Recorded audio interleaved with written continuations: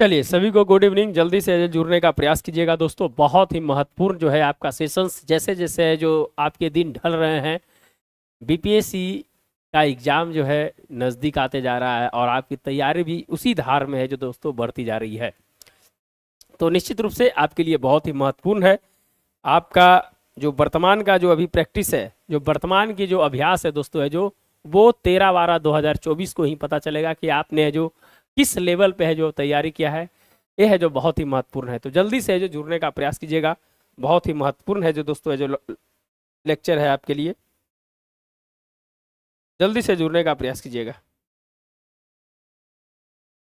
जो भी देख रहे हैं लाइक एंड सब्सक्राइब जरूर कर देंगे।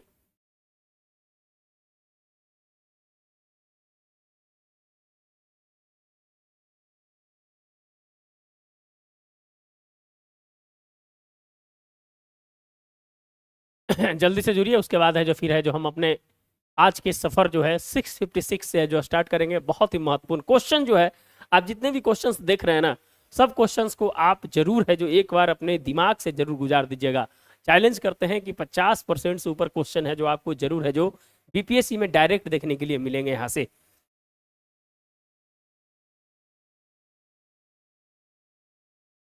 चलिए अब हम लोग स्टार्ट करते हैं। जल्दी से जो जुड़ने का प्रयास कीजिएगा आप लोग।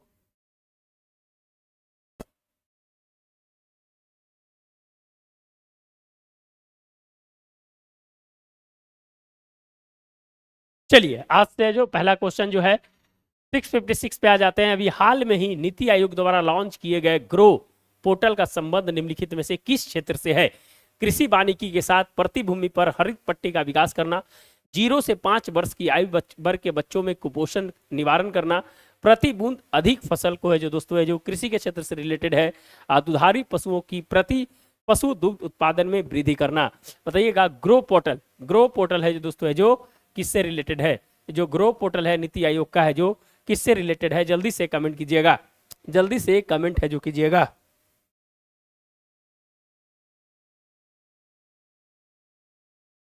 जल्दी से बताइएगा ग्रो पोर्टल का संबंध किससे है? याद रखिएगा ग्रो किससे होगा, ग्रो किससे होगा, ग्रो का संबंध कहां से होगा?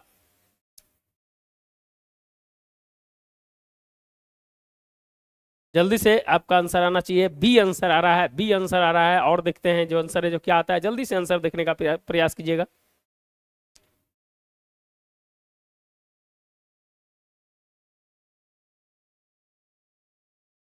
चलिए इसका आंसर है दोस्तों है जो कृषि वानिकी के साथ प्रति भूमि पर हरित पट्टी का विकास करना। बहुत इंपॉर्टेंट है दोस्तों। इस बार कृषि से क्वेश्चंस आएंगे, इस बार कृषि से क्वेश्चंस आएंगे। है जो सामाजिक आधारित कृषि है जो दोस्तों है जो पर्यावरण आधारित कृषि है जो दोस्तों है जो इस बार इस बजट में है जो सबसे ज्यादा है जो फोकस रखा गया था। याद कीजिएगा 109 किस्म, 109 किस्म याद है कि नहीं है कि भूल गए? 61 फसल का 109 किस्म को है जो दोस्तों है जो प्रधानमंत्री जी के द्वारा है जो इस बार है जो भारत को है जो समर्पित है जो किया गया है। 109 किस्म का याद कर लीजिएगा। ये सब है जो डेटा है जो आपको पूछा जाएगा, ध्यान रखिएगा। सूरज जी का आंसर 656 का ये आ रहा है। चलिए आगे बता दीजिएगा कि देखिए दूध के बारे में बता रहे हैं दोस्तों। दूध सबसे ज्यादा दूध उत्पादन है जो किस राज्य में होता है? दूध का उत्पादन सबसे ज्यादा किस राज्य में होता है? जल्दी से बताइएगा दूध का उत्पादन सबसे ज्यादा किस राज्य में होता है?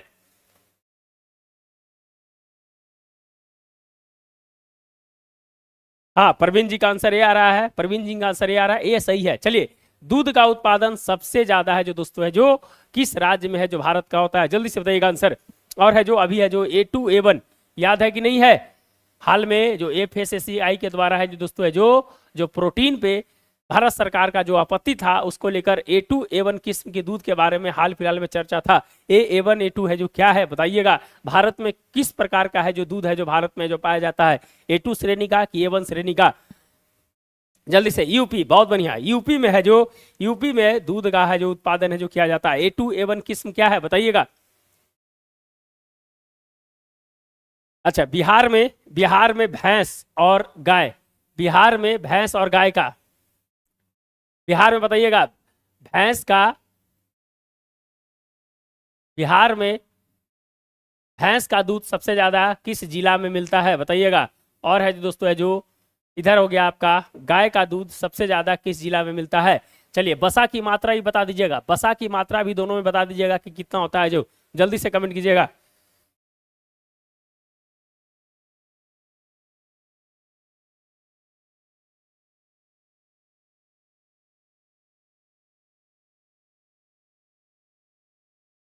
मिल्क का टाइप है, मिल्क का टाइप है जिसमें है जो प्रोटीन की है जो दोस्तों डिफरेंस होता है। भारत में है जो A2 टाइप का दूध है जो दोस्तों है जो भारत में A2 टाइप का प्रोटीन का दूध है जो सबसे ज्यादा मिलता है। A1 है जो दोस्तों है जो आपका है जो यूरोप के क्षेत्र में है जो सबसे ज्यादा है जो A1 टाइप का दूध है जो मिलता है, ध्यान रखिएगा। चलिए, भैंस का दूध और गाय का दूध है दोस्तों जो बिहार में सबसे ज्यादा कौन सा जिला में उत्पादन करता है, जल्दी से बताइएगा।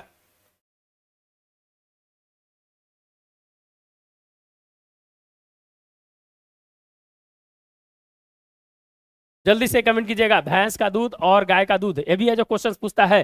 490 ग्राम भारत में अगर बात करें दोस्तों प्रति व्यक्ति अगर बात करें तो 490 ग्राम है जो दूध है दोस्तों जो भारत में उपलब्ध होता है प्रति व्यक्ति का। हाँ स्कीमर जी, हेलो हेलो हेलो हेलो। चलिए चलिए जल्दी से जुड़ने का बताइए, बताइए भैंस का, और एक क्वेश्चन पूछा हुआ है बीपीएससी के अंदर में कि भैंस का दूध और गाय का दूध है जो दोस्तों, जल्दी से बताइए। बिहार में भैंस का दूध किस जिला में और गाय का दूध किस जिला में है जो सबसे ज्यादा मिलता है, बताइएगा। बिहार छठे स्थान पे है दूध के मामले में, छठे स्थान पे है।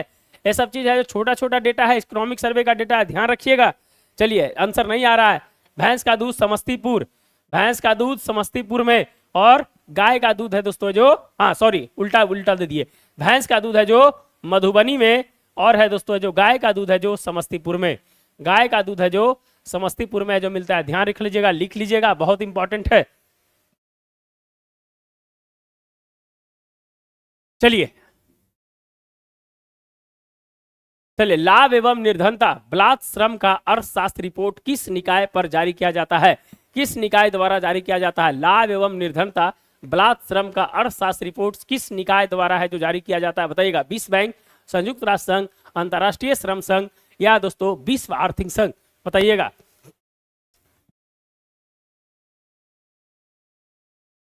657 का आंसर क्या होगा, बताइएगा।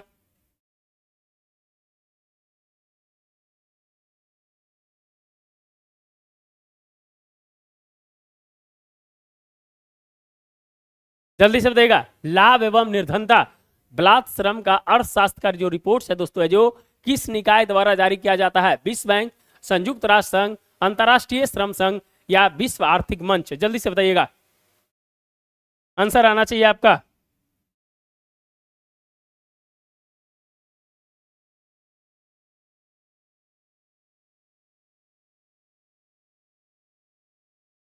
$657 का बी आ रहा है, $657 का सी आ रहा है, ऐसे थोड़ी होगा मेरे भाई, ऐसे थोड़ी होगा। बी और सी नहीं, एकदम है जो कंफर्म बताना है।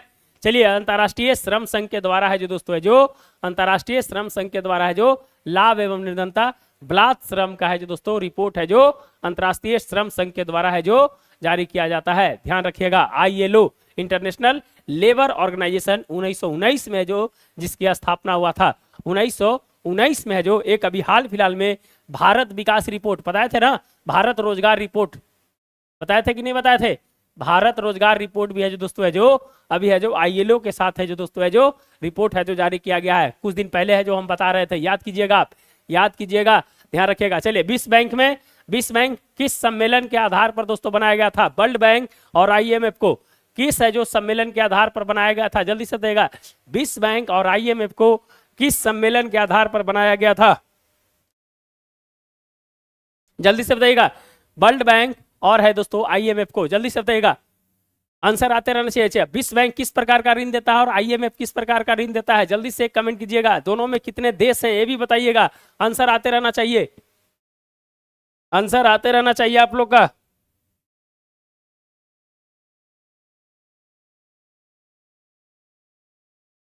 जल्दी से, जो भी हम क्वेश्चंस पूछते जा रहे हैं आपका आंसर है जो आते रहना चाहिए, जल्दी से बताइएगा।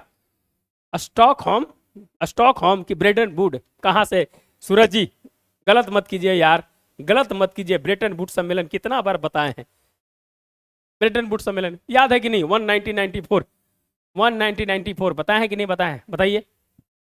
चलिए, विश्व बैंक किस प्रकार का ऋण देता है और IMF किस प्रकार का ऋण देता है, जल्दी से, क्वेश्चन इस बार इससे आएगा, 110% क्वेश्चन आएंगे। चलिए जल्दी से बताइएगा।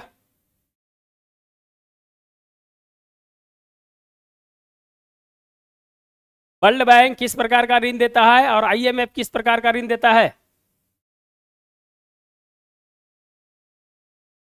अरे भाई मेरे, वर्ल्ड बैंक है जो दीर्घकालिक ऋण देता है मेरे भाई, याद रखिए ये सब क्वेश्चंस। और है जो अल्पकालिक ऋण है जो आईएमएफ देता है। 193 देश है, याद है? दोनों है जो दोस्तों है जो दोनों में 193 देश है, वर्ल्ड बैंक में और आईएमएफ में, दोनों में है जो दोस्तों जो 193 देश हैं, ध्यान रखिएगा। चलिए, अब तो इतना क्लियर करके है जो दोस्तों है जो बता रहे हैं, कहां से क्वेश्चंस पूछे जाएंगे? कहीं से नहीं पूछा जाएगा। चलिए, मानव विकास रिपोर्ट हो गया था कल।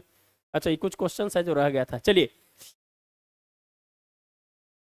हीट वेव के संदर्भ में बताइएगा, हीट वेव के संदर्भ में निम्नलिखित कथनों पर विचार कीजिए।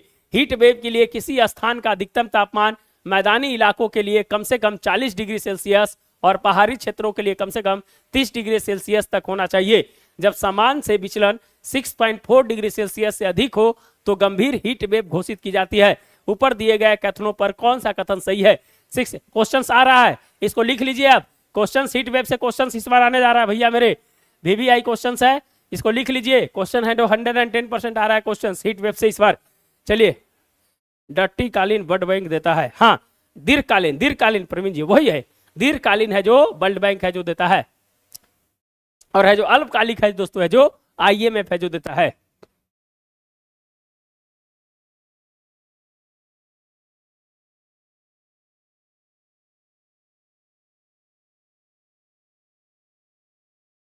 चलिए, जो भी देख रहे हैं लाइक एंड सब्सक्राइब करते जाइएगा। बताइएगा हीट वेव के बारे में बताइएगा।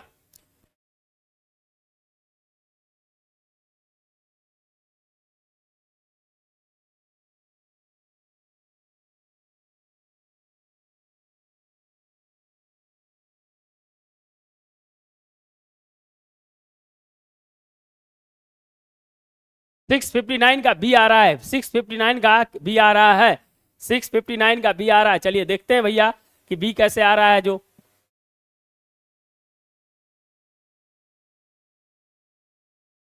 चलिए और बताइएगा, जल्दी से आंसर आते रहना चाहिए। 659 का भी बी आ रहा है, सभी लोगों का बी आ रहा है। चलिए अब आ जाइए, देख लेते हैं आंसर है जो क्या है। क्या कह रहा है? हीट वेव के लिए किसी स्थान का अधिकतम तापमान मैदानी इलाकों के लिए कम से कम 40 डिग्री सेल्सियस और है जो दोस्तों है जो पहाड़ी क्षेत्रों के लिए कम से कम 30 डिग्री सेल्सियस तक होना चाहिए। कहाँ दिक्कत है? क्या दिक्कत है? कुछ कोई दिक्कत नहीं है। इसमें क्या दिक्कत है बताइएगा? जब समान से विचलन 6.4 डिग्री सेल्सियस से अधिक हो तो गंभीर हीट वेव है जो घोषित किया जाता है। दोनों ऑप्शन है जो दोस्तों है जो सही हैं, दोनों ऑप्शन है जो सही हैं, ध्यान रखिएगा। यह है जो ध्यान रखिएगा 40 डिग्री, यह है जो दोस्तों किसके लिए है जो 40 डिग्री है जो आपका है जो कम से कम है दोस्तों है जो मैदानी इलाकों के लिए, मैदानी इलाकों के लिए 40 डिग्री और पहाड़ी इलाकों के लिए है जो दोस्तों है जो कितना डिग्री? 30 डिग्री है जो होना चाहिए। 30 डिग्री अगर इसमें है जो दोस्तों है जो सिंपल अगर 5 डिग्री बढ़ता है, अगर 5 डिग्री बढ़ता है तो है जो गंभीर हीट वेव है जो नहीं माना जाएगा, सिंपल हीट वेव माना जाएगा इसको। अगर दोस्तों अगर 6.4 और 6.4 के आसपास अगर बढ़ जाए तो है जो दोस्तों उसको गंभीर हीट वेव माना जाता है, ध्यान रखिएगा। अगर किसी स्थान का लगातार 2 दिन तापमान 45 डिग्री सी हो गया, चाहे वो किसी क्षेत्र का हो, तब भी है जो उसको है जो गंभीर हीट वेव की श्रेणी में है जो रखते हैं। ये 2-3 कंडीशंस होता है हीट वेव का, ये है जो ध्यान रखिएगा, ये है जो ध्यान रखिएगा। तो दोनों ऑप्शन है जो आपके है जो सही है, दोनों ऑप्शन है जो आपके सही है। क्वेश्चन है जो यहाँ से है जो बनेंगे। चलिए, कुछ आपदा के बारे में है दोस्तों है जो इस बार जो आया था, बहुत सारे जो आपदाएं आए हुए वहां से है जो क्वेश्चन है जो इस बार है जो जरूर पूछेगा। तो 2005 का जो डिजास्टर मैनेजमेंट जो है दोस्तों अधिनियम है, उसमें है जो 12 तरह के आपदा की बात करता है, 12 तरह के आपदा की बात करता है। और 2D में है जो आपदा की धारा 2D में है जो आपदा की परिभाषा है जो दी गई है, आपदा की परिभाषा है जो धारा के 2D में है जो आपदा की परिभाषा दी गई है। 12 तरह के आपदा की है जो बात है जो उसमें है जो की गई है। तो यहां से क्वेश्चन है जो बनेंगे, 1 और 2 है जो दोनों आंसर होगा, 1 और 2 है जो दोनों आंसर होगा, ध्यान रखिएगा। चलिए, तो यहां से एक क्वेश्चन आप लिख लीजिए, एक क्वेश्चन बीपीएससी पूछने जा रहा है, आप है जो नोट डाउन करके देख लीजिए, डेट रख लीजिए। हम उस दिन बताएंगे जिस दिन क्वेश्चन आप एग्जाम देके आइएगा तो देखेंगे कि क्वेश्चन आया कि नहीं। 110% क्वेश्चन आएगा इस बार। चलिए आगे आ जाइए। भारत की कैबिनेट के संदर्भ में निम्नलिखित कथनों पर विचार कीजिए। जो कैबिनेट के बारे में है जो दोस्तों है जो क्वेश्चन है जो पूछा जा रहा है। अनुच्छेद 74 के अनुसार राष्ट्रपति मंत्रिपरिषद से प्राप्त सहायता और सलाह के कार्य करने के लिए बाध्य है। अनुच्छेद 2 कहता है अनुच्छेद 75 के अनुसार प्रधानमंत्री की नियुक्ति राष्ट्रपति द्वारा की जाएगी और अन्य मंत्रियों की नियुक्ति राष्ट्रपति द्वारा प्रधानमंत्री की सलाह पर की जाएगी। नीचे दिए गए कथन में कौन सा कथन है जो सही है? केवल एक, केवल दो, एक दो या कोई नहीं?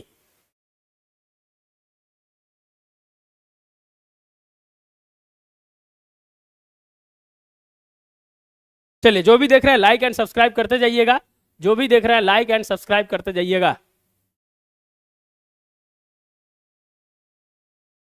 जो भी देख रहे हैं लाइक एंड सब्सक्राइब करते जाइएगा। बताइएगा, अनुच्छेद 74 के अनुसार राष्ट्रपति मंत्रिपरिषद से प्राप्त सहायता और सलाह का कार्य करने के लिए है जो बाध्य है। और है दोस्तों, अनुच्छेद 75 के अनुसार प्रधानमंत्री की नियुक्ति राष्ट्रपति द्वारा की जाएगी और अन्य मंत्रियों की नियुक्ति है जो दोस्तों राष्ट्रपति द्वारा प्रधानमंत्री की सलाह पर की जाएगी। हाँ, से 660 का सी आ रहा है, 660 का सी आ रहा है आंसर। चलिए, सूरज जी का बी आने लगा। सूरज जी का बी आ रहा है भैया, कैसे आ रहा है? सूरज जी का बी कैसे आ रहा है? कैसे बी आ रहा है? अरे भैया, अनुच्छेद 74 के अनुसार राष्ट्रपति मंत्रिपरिषद से प्राप्त सहायता और सलाह पर कार्य करने के लिए बाध्य है। नहीं बाध्य है? बताइए, बताइए सूरज जी, बाध्य है कि नहीं बाध्य है? बाध्य है। दूसरा चीज कि 75 के अनुसार है जो प्रधानमंत्री की नियुक्ति राष्ट्रपति करेगी और है जो प्रधानमंत्री की सलाह पर है जो दोस्तों जो राष्ट्रपति है जो उसका नियुक्ति करेगा। तो दोस्तों जो दोनों ऑप्शन है जो सही हैं, दोनों ऑप्शन है जो सही हैं। विजय कुमार जी का आंसर आ रहा है 660 का सी, सिर्फ सूरज जी का भी आया है। कोई बात नहीं, कोई बात नहीं, गलत होता है, कोई बड़ी बात नहीं है। ध्यान रखिएगा, इस बार 18वीं लोकसभा से क्वेश्चंस आएंगे। 18वीं लोकसभा से क्वेश्चंस है जो आएंगे, इसीलिए 18वीं लोकसभा को जो बढ़िया से पढ़ कर है जो जाना है। एक दो क्वेश्चंस यहां से है जो पूछे जाएंगे, क्या है कि आम चुनाव था और आम चुनाव जब जब होता है जब जब है जो क्वेश्चंस है जो पूछे जाते हैं। चलिए चलिए, भारत के सभी जीएम फसलों को व्यावसायिक उत्पादन में उपयोग के लिए जेनेटिक इंजीनियरिंग मूल्यांकन समिति से मंजूरी की आवश्यकता होती है। अनुवांशिक संशोधन प्रक्रिया में जीनों का उत्परिवर्तन अंतःवेशन शामिल होते हैं। ऊपर दिए गए कथन में कौन सा कथन है जो सही है? दोस्तों, अभी फिलीपींस जो है दोस्तों है जो आपका जो सुनहरी चावल जो बनाया था उसको लेकर है जो वहाँ की हाई कोर्ट, वहाँ की जो सुप्रीम कोर्ट ने है जो जीएम फसल के उत्पादन पर रोक लगा दिया है, उसी को लेकर है जो क्वेश्चंस है जो इस बार है जो बनने की उम्मीद है जेनेटिकली मॉडिफाइड से। और भारत में जो DMH11 है, जो सरसों का जो किस्म जो बोला जाता है दोस्तों, उसको लेकर भी है जो सुप्रीम कोर्ट का जजमेंट आया, वो है जो विभक्त जजमेंट आया, 1-1 के बराबर से विभक्त जजमेंट आया।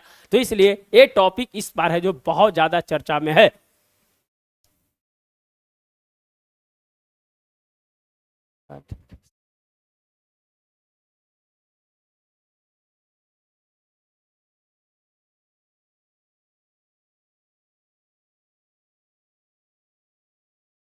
चलिए जल्दी से बताइएगा, भारत में सभी जीएम फसलों को व्यावसायिक उत्पादन में उपयोग के लिए जेनेटिक इंजीनियरिंग मूल्यांकन समिति से मंजूरी की आवश्यकता होती है। अनुवांशिक संशोधन प्रक्रिया में जीनों की उत्परिवर्तन अंतःवेशन शामिल होते हैं। कौन सा कथन है जो सही है? बताइएगा। विजय कुमार जी का 661 का सी आ रहा है, सूरज जी का सी आ रहा है और है दोस्तों प्रवीण जी का ए आ रहा है। चलिए जल्दी से बताइएगा, जो भी देख रहे हैं लाइक एंड सब्सक्राइब कर दीजिएगा। जो भी देख रहे हैं लाइक एंड सब्सक्राइब। भारत में DMH11 सरसों, याद रख लीजिएगा, DMH11 के लिए है जो दोस्तों है जो क्वेश्चन DMH11 से जो पूछा जा सकता है। इसका DMH का फुल फॉर्म जानते हैं?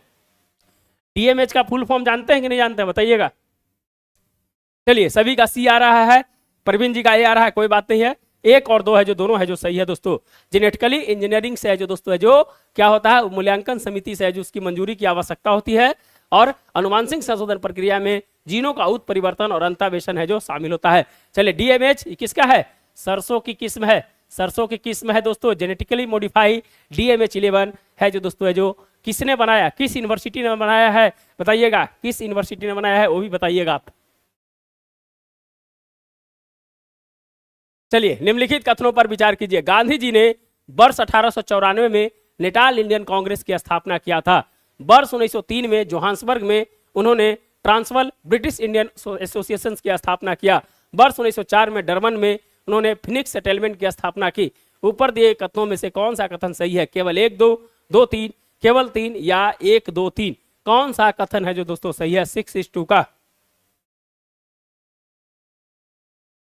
चलिए, जो भी देख रहे हैं लाइक एंड सब्सक्राइब कर दीजिएगा। जो भी देख रहे हैं लाइक एंड सब्सक्राइब करते जाइएगा भाई मेरे। चलिए बताइएगा गांधी जी के बारे में।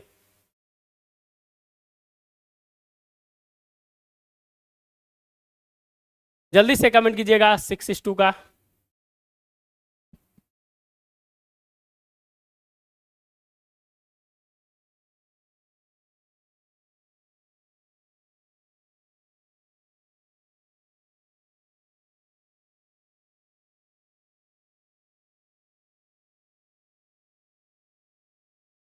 चलिए, आंसर आते रहना चाहिए। 6:2 का आंसर है जो आते रहना चाहिए। लाइक एंड सब्सक्राइब भी होते रहना चाहिए, सब होते रहना चाहिए। एग्जाम नजदीक आ रहा है, एकदम एक्टिव मोड में आ जाइए, तैयारी के मोड में आ जाइए, एकदम पूरी तरह से रिविजन्स के मोड में आ जाइए अब। चलिए, आंसर आ रहा है 6:2 का डी आ रहा है। चलिए और देखते हैं। दिवाकर जी का बी आ रहा है। दिवाकर जी का बी आ रहा है, केवल 2 और 3। और देखते हैं, और देखते हैं भैया।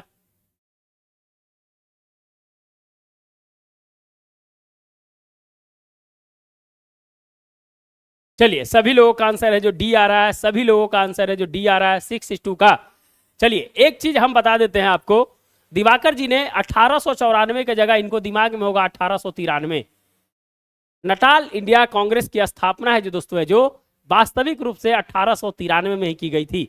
1893 में ही की गई थी। तो है जो पहला ऑप्शन है जो आपका गलत है। हम नटाल इंडिया कांग्रेस की स्थापना 1893 में हुई है, 1894 में है जो दोस्तों है जो नहीं हुई है। दूसरा है 1903 में जोहान्सबर्ग में उन्होंने ट्रांसवर्ल मीडिया इंडियन एसोसिएशन की जो अपना स्थापना किया था। और 1904 में डरबन में उन्होंने जो फिनिक्स सेटलमेंट की जो स्थापना किया था। कहीं कहीं 1894 भी लिखा हुआ है, लेकिन सही मायने में है दोस्तों है जो 1893 है। ध्यान रखिएगा, बहुत सारे बुक में 1894 भी मिलेंगे, लेकिन इसीलिए इस क्वेश्चंस को लाने का मेरा मेन मकसद था कि आपको है जो इस तरह के क्वेश्चंस को है जो आगाह करा है कि क्या मारिएगा। और आपको हम बता दें कि अगर इस प्रकार का क्वेश्चंस रहे तो है जो दोस्तों है जो आप पहले ऑप्शन जो आ रहा है उसको चुनने का प्रयास कीजिएगा। जो पहला ऑप्शन आ रहा है उसको है जो चुनने का है जो प्रयास है जो कीजिएगा।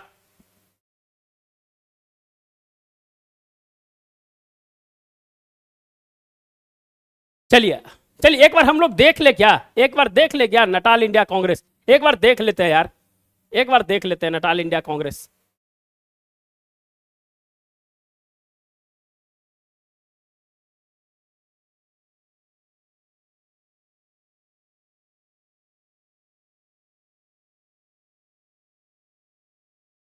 ही 1894 देखिए यहां पर है जो दोस्तों है जो 22 मई 1894 है जो यहां पर दिया हुआ है। लेकिन दोस्तों है जो आप एनसीईआरटी में अगर पढ़िएगा तो है जो 1893 है जो दिया हुआ है। एनसीईआरटी में 1893 दिया हुआ है। इस पे है जो कहीं ना कहीं है जो शक है जो जरूर है जो दोस्तों है जो बना हुआ है कि 1893 होगा कि 1894 होगा। आप लोग बताइएगा कि सही आंसर है जो क्या होगा इसका।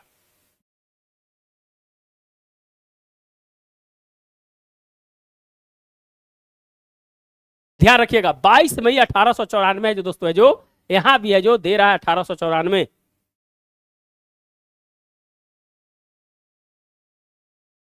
चलिए, इसको है जो एक बार है जो हम और क्लेरिफाई होंगे तब है जो इसका आंसर है जो हम बताएंगे। लेकिन मुझे जहां तक है हम भी पढ़े हैं 1893 ही है आंसर इसका। चलिए,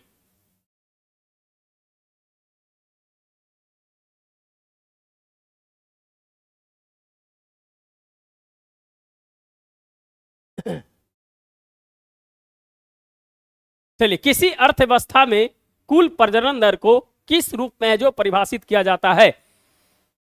किसी अर्थव्यवस्था में कुल प्रजनन दर को किस रूप में है जो परिभाषित किया जाता है।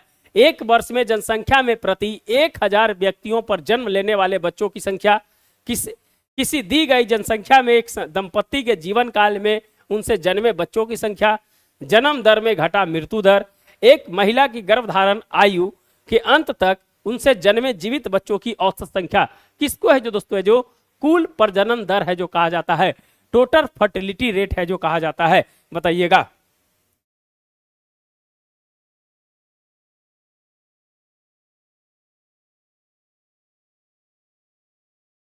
चलिए, जो भी देख रहे हैं लाइक एंड सब्सक्राइब जरूर कर दीजिएगा, लाइक एंड सब्सक्राइब जरूर कर दीजिएगा। किसी अर्थव्यवस्था में कुल प्रजनन दर को किस रूप में परिभाषित किया जाता है? एक वर्ष में जनसंख्या में प्रति 1000 व्यक्तियों पर जन्म लेने वालों की संख्या। चलिए ऑप्शन से जो पढ़ के बताइएगा आप। 663 का ए आ रहा है, 663 का ए आ रहा है।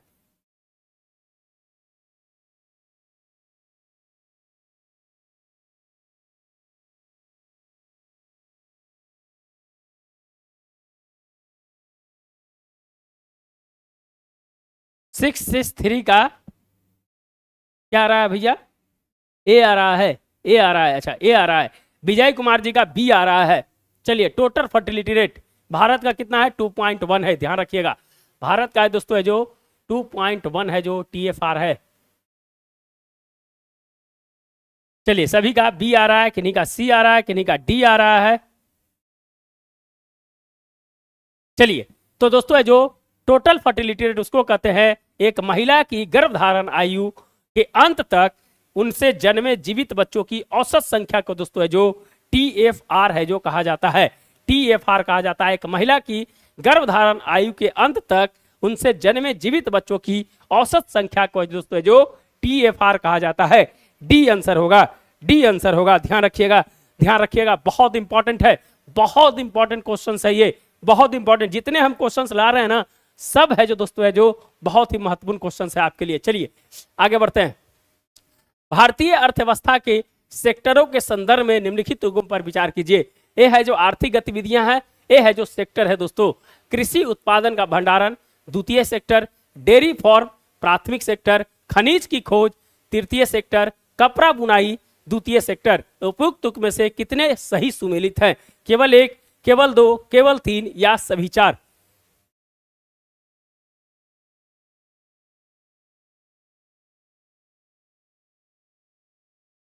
मैं डी ही लगाने वाला था। अच्छा, विजय कुमार जी पहली बार लगाने वाले थे, कोई बात नहीं, कोई बात नहीं। जो पहली बार आए वही मारिएगा, जो दिमाग में पहली बार आता है उसी को आंसर मारने का प्रयास कीजिएगा। बताइएगा, ये है जो आर्थिक गतिविधि है, ये सेक्टर है, कौन सा है जो दोस्तों है जो सही सेक्टर के बारे में है जो बता रहा है? जल्दी से बताइएगा।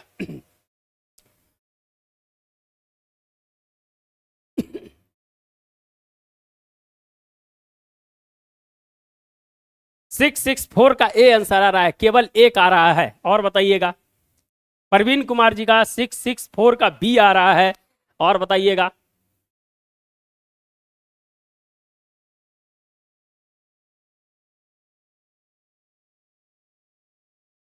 चलिए, जो भी देख रहे हैं लाइक एंड सब्सक्राइब कर दीजिएगा मेरे भाई।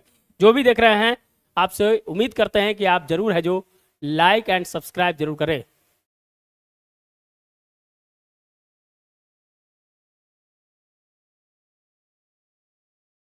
चलिए, सूरज जी का सी आ रहा है, सूरज जी का सी आ रहा है। चलिए आ जाते हैं कृषि उत्पादन का भंडारण।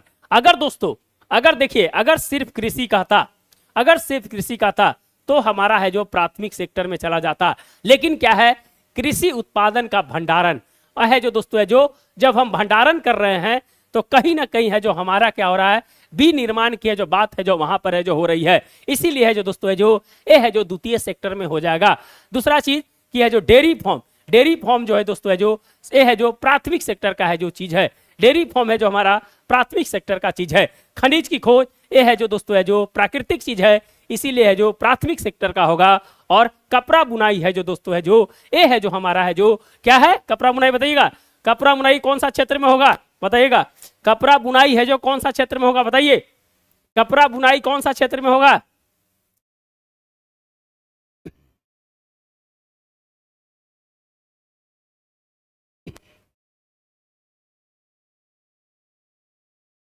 जल्दी से बताइएगा, कपड़ा बुनाई का कौन सा सेक्टर में होगा?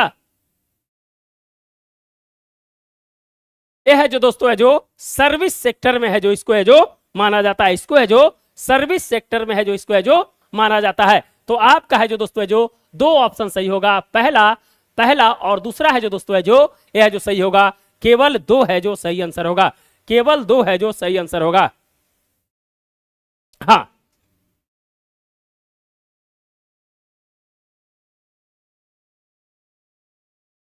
नहीं, नहीं, ये है जो दोस्तों है जो द्वितीय नहीं होगा, ये है जो प्राथमिक सेक्टर में होगा। ये है जो दोस्तों है जो हमारा प्राथमिक सेक्टर में होगा।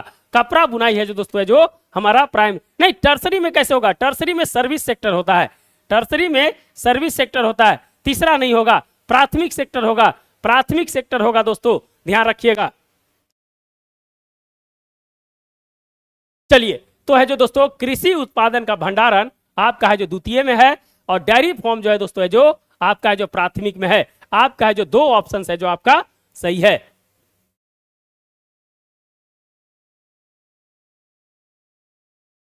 चलिए, निम्नलिखित सामग्रियों पर विचार कीजिए, निम्नलिखित सामग्रियों पर विचार कीजिए। कृषि अपशिष्ट, मक्का के दाने, अपशिष्ट जल शोधन अपभंग, कास्ट मिल्क अपशिष्ट। उपयुक्त में से किसका उपयोग संधारणीय विमान ईंधन के उत्पादन के लिए है जो फीड स्टॉक के रूप में है जो किया जाता है?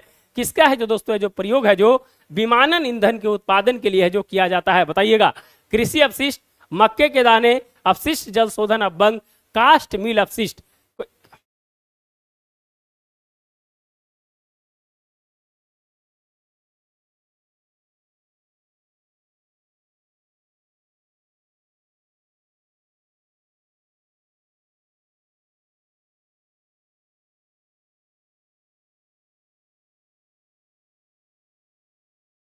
चलिए बताइएगा, निम्नलिखित सामग्रियों पर विचार कीजिए। कृषि अपशिष्ट, मक्के के दाने, अपशिष्ट जल शोधन अपभंग, कास्ट मिल अपशिष्ट। यह है जो दोस्तों है जो किसका उपयोग है जो विमानन ईंधन के उत्पादन के लिए है जो फीड स्टॉक के रूप में जो किया जाता है?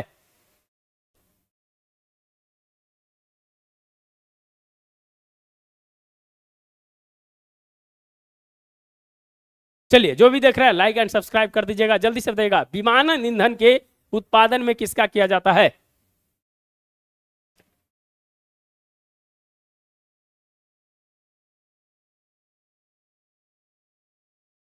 चलिए जल्दी से आंसर बताइएगा। चलिए, आंसर है जो नहीं आ रहे हैं, आंसर नहीं आ रहे हैं। देखिए दोस्तों, कृषि अपशिष्ट का ही प्रयोग है जो किया जाता है, मक्का के दाने का भी किया जाता है, अपशिष्ट जल शोधन अपभंग भी किया जाता है, कास्ट मिल्क अपशिष्ट भी किया जाता है। 1 2 3 4 चारों ऑप्शन है जो सही हैं, चारों ऑप्शन सही हैं। हाँ, मौसद इमाम जी का 665 का डी आ रहा है, 665 का डी आ रहा है।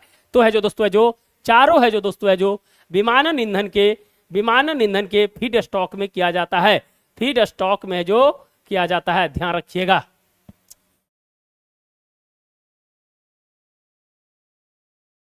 चलिए, भारतीय अर्थव्यवस्था में भौतिक पूंजी के संदर्भ में निम्नलिखित युगों पर विचार कीजिए। वस्तु है, इधर है जो श्रेणी है दोस्तों, ये है किसान का हल है, एक कंप्यूटर है, बुनकर द्वारा प्रयोग किए जाने वाला सूत है, ये है जो पेट्रोल है। बताइएगा कौन सा युग है जो सही है, कितने युग है जो सही है, बताइएगा कौन है जो युग है जो सही है, बताइएगा।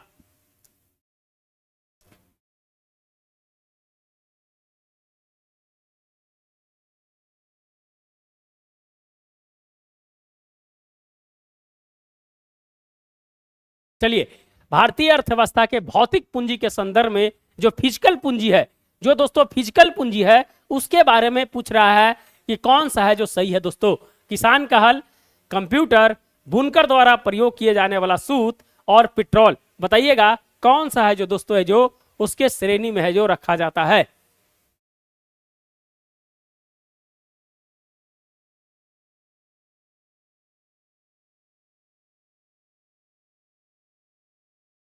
आंसर क्या आ रहा है? 666 का डी आ रहा है, सभी चार आ रहा है, सभी चार आ रहा है।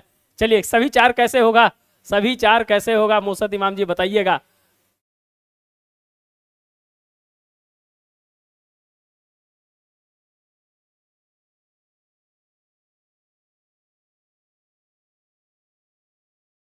चलिए पहले देख लेते हैं, पहले है जो देख लेते हैं दोस्तों है जो कितने है जो सही है, जिसके बारे में है जो हम बात करेंगे, कितने सही हैं उसके बारे में बात करेंगे। चलिए, पहला है जो दोस्तों है जो हम बात करते हैं किसान का हल।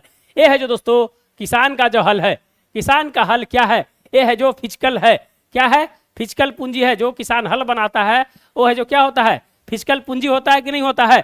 तो दोस्तों है जो वो है जो क्या है? एक कार्यशील पूंजी है, जो हमेशा है जो दोस्तों है जो उसका है जो प्रयोग है जो दोस्तों है जो अपने कृषि कार्य में है जो किया जाता है। कृषि कार्य में है जो उसका है जो हमेशा प्रयोग है जो किया जाता है वो हमारे लिए है जो कार्यशील पूंजी होगा। लेकिन एक कंप्यूटर है दोस्तों, एक कंप्यूटर जब खरीद लेते हैं तो हमारे लिए क्या होता है, एक है जो स्थिर पूंजी के रूप में है जो माना जाता है। हमने 50,000 रुपया का एक कंप्यूटर खरीदा तो हमारे लिए है जो दोस्तों है जो एक स्थिर पूंजी है जो हो जाता है। तीसरा आ जाइए, बुनकर द्वारा प्रयोग किए जाने वाला सूत। सूत है जो दोस्तों हमेशा इसका है जो रेट है जो वेरिएट होता रहता है। ये है जो रेट है जो इसका सूत का वेरिएशन होते रहता है, इसीलिए ये है जो स्थिर पूंजी है जो नहीं कहा जाएगा, वो है जो स्थिर पूंजी है जो नहीं कहा जाएगा।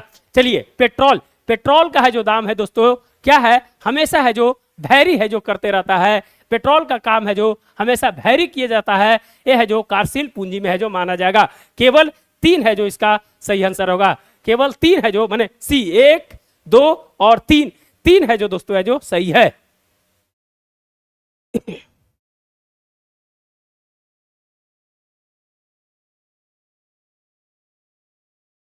चलिए, क्लियर हो गया, तो 3 है जो दोस्तों है जो सही आंसर माना जाएगा, 1, 2 और है जो आपका पेट्रोल। चलिए,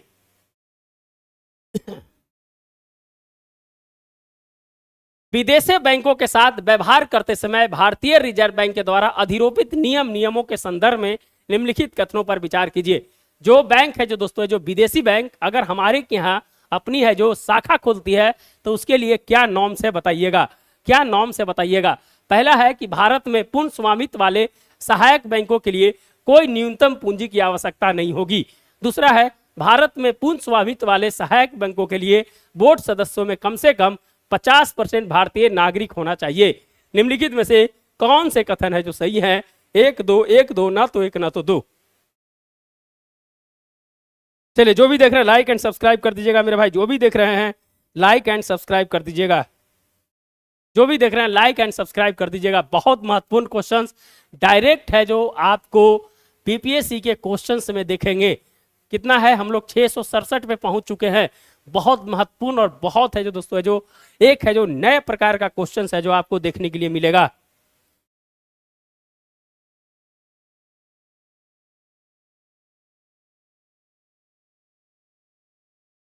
चलिए, जल्दी से बताइएगा आंसर, जल्दी से बताइएगा आंसर। सूरज सिंह जी का आंसर बी आ रहा है, सूरज सिंह जी का आंसर बी आ रहा है, जल्दी से बताइएगा आंसर क्या होगा जो। विजय कुमार जी का आंसर सी आ रहा है। अच्छा, ये बताइए विजय जी कि आपके राज्य में जाकर कोई कहेगा बिना पैसा को हम बैंक खोलेंगे तो आप खोलने दीजिएगा? न्यूनतम, कोई न्यूनतम पूंजी की आवश्यकता नहीं है। 100% गलत है भैया। बिना पैसा के है जो हमारे यहाँ बिजनेस करने आइएगा, संभव है? पहला ऑप्शन तो ऐसी गलत है। $3 बिलियन की है जो दोस्तों है जो जरूरत होती है, ध्यान रखिएगा। $3 बिलियन की है जो दोस्तों है जो कम से कम है जो पूंजी की जरूरत है जो होती है, ध्यान रखिएगा। Sorry answer D, sorry answer D और है जो बी। चलिए, और दूसरा है दोस्तों कि भारत में पूर्ण स्वामित्व वाले सहायक बैंकों के लिए जो है जो बोर्ड सदस्य होंगे कम से कम 50% भारतीय नागरिक होना चाहिए। 50% है जो भारतीय नागरिक है जो होना चाहिए। ये है जो दोस्तों है जो केवल दो जिनका आंसर आ रहा है सही है, केवल दो जिनका आंसर आ रहा है जो सही है। समझ गए, समझ गए कि नहीं समझ गए? चलिए, लाइक एंड सब्सक्राइब जल्दी से ठोक दीजिएगा, जल्दी से लाइक एंड सब्सक्राइब कर दीजिएगा, लाइक एंड सब्सक्राइब जल्दी से कर दीजिएगा। तो इंपॉर्टेंट क्वेश्चंस है विदेशी बैंकों के लिए जो दोस्तों है जो क्या है जो नॉर्म्स है समझना पड़ेगा आपको। चलिए, निम्नलिखित में से कौन सा मानव शरीर के संश्लेषित होता है जो रक्त वाहिकाओं में विस्फारित करता है और रक्त प्रवाह को है जो बढ़ाता है?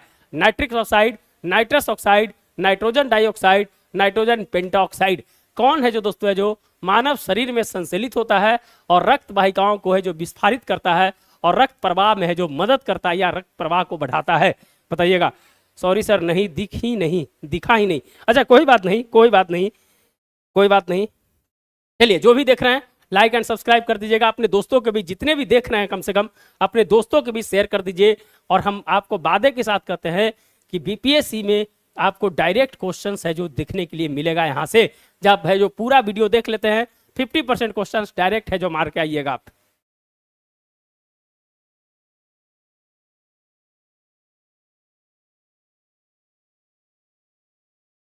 चलिए, जो भी देख रहे हैं लाइक एंड सब्सक्राइब करते जाइएगा। बताइएगा, निम्नलिखित में से कौन सा मानव शरीर में संश्लेषित होता है जो रक्त वाहिकाओं को विस्फारित करता है और है दोस्तों जो रक्त प्रवाह को बढ़ाता है? बताइएगा। 6, 6-8 का बी आंसर आ रहा है, नाइट्रस ऑक्साइड, नाइट्रस ऑक्साइड आ रहा है। और बताइए,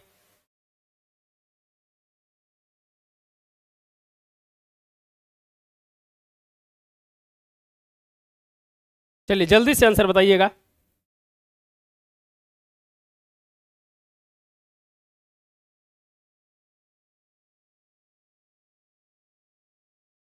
जल्दी से आंसर बताइएगा। नाइट्रस ऑक्साइड नहीं होगा भैया, नाइट्रस ऑक्साइड नहीं होगा, नाइट्रस ऑक्साइड नहीं होगा, SO2N2O नहीं होगा।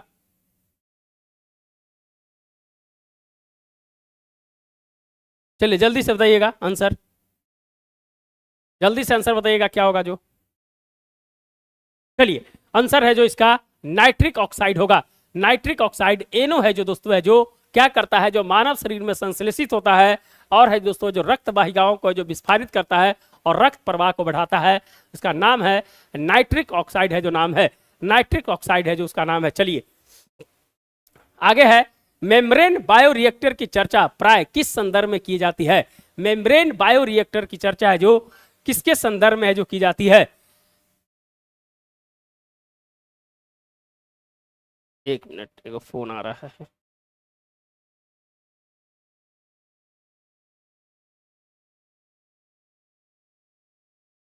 हाँ चलिए, एक फोन आ गया था। चलिए, मेम्ब्रेन बायोरिएक्टर की चर्चा प्राय किस संदर्भ में की जाती है। सहायता प्राप्त प्रजनन प्रौद्योगिकी, औषधि डिलीवरी नैनो प्रौद्योगिकी, टीका वैक्सीन उत्पादन प्रौद्योगिकी, अपशिष्ट जल शोधन प्रौद्योगिकी।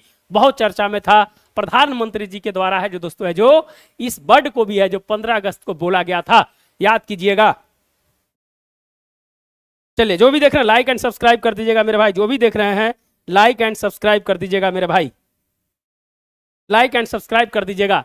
मेम्ब्रेन बायोरिएक्टर के बारे में प्रधानमंत्री जी 15 अगस्त को जब उनका 98 मिनट का भाषण जो दे रहे थे, 98 मिनट के भाषण में दोस्तों है जो इस वर्ड की भी चर्चा है जो उन्होंने किया है, मेम्ब्रेन बायोरिएक्टर की चर्चा है जो उन्होंने किया है। बताइएगा क्या आंसर होगा इसका, जो 669 का आंसर क्या होगा।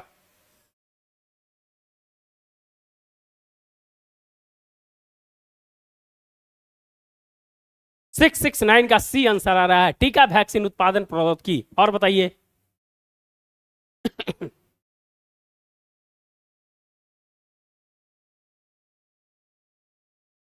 जल्दी से बताइएगा आंसर है जो क्या होगा जो। 669 का बी आंसर आ रहा है, औषधि डिलीवरी नैनो प्रौद्योगिकी। विजय जी का आंसर आ रहा है, और देखते हैं।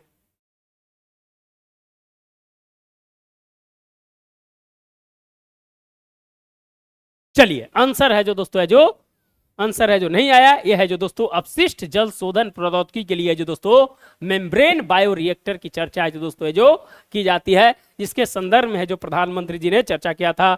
669 का डी आ रहा था। चलिए बहुत बढ़िया, अपशिष्ट जल शोधन, अपशिष्ट जल शोधन प्रणाली के बारे में जो कहा गया है।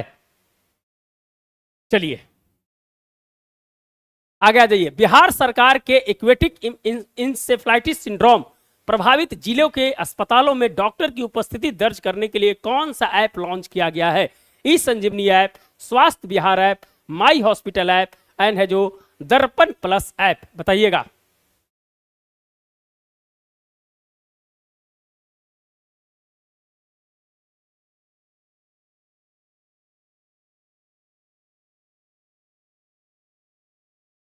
जल्दी से बताइएगा। बिहार सरकार ने एक्यूट इंसेफ्लाइटिस सिंड्रोम प्रभावित जिलों के अस्पतालों में डॉक्टर की उपस्थिति दर्ज करने के लिए कौन सा ऐप लॉन्च किया गया है।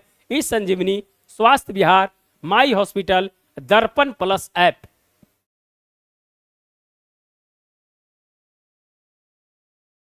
जल्दी से बताइएगा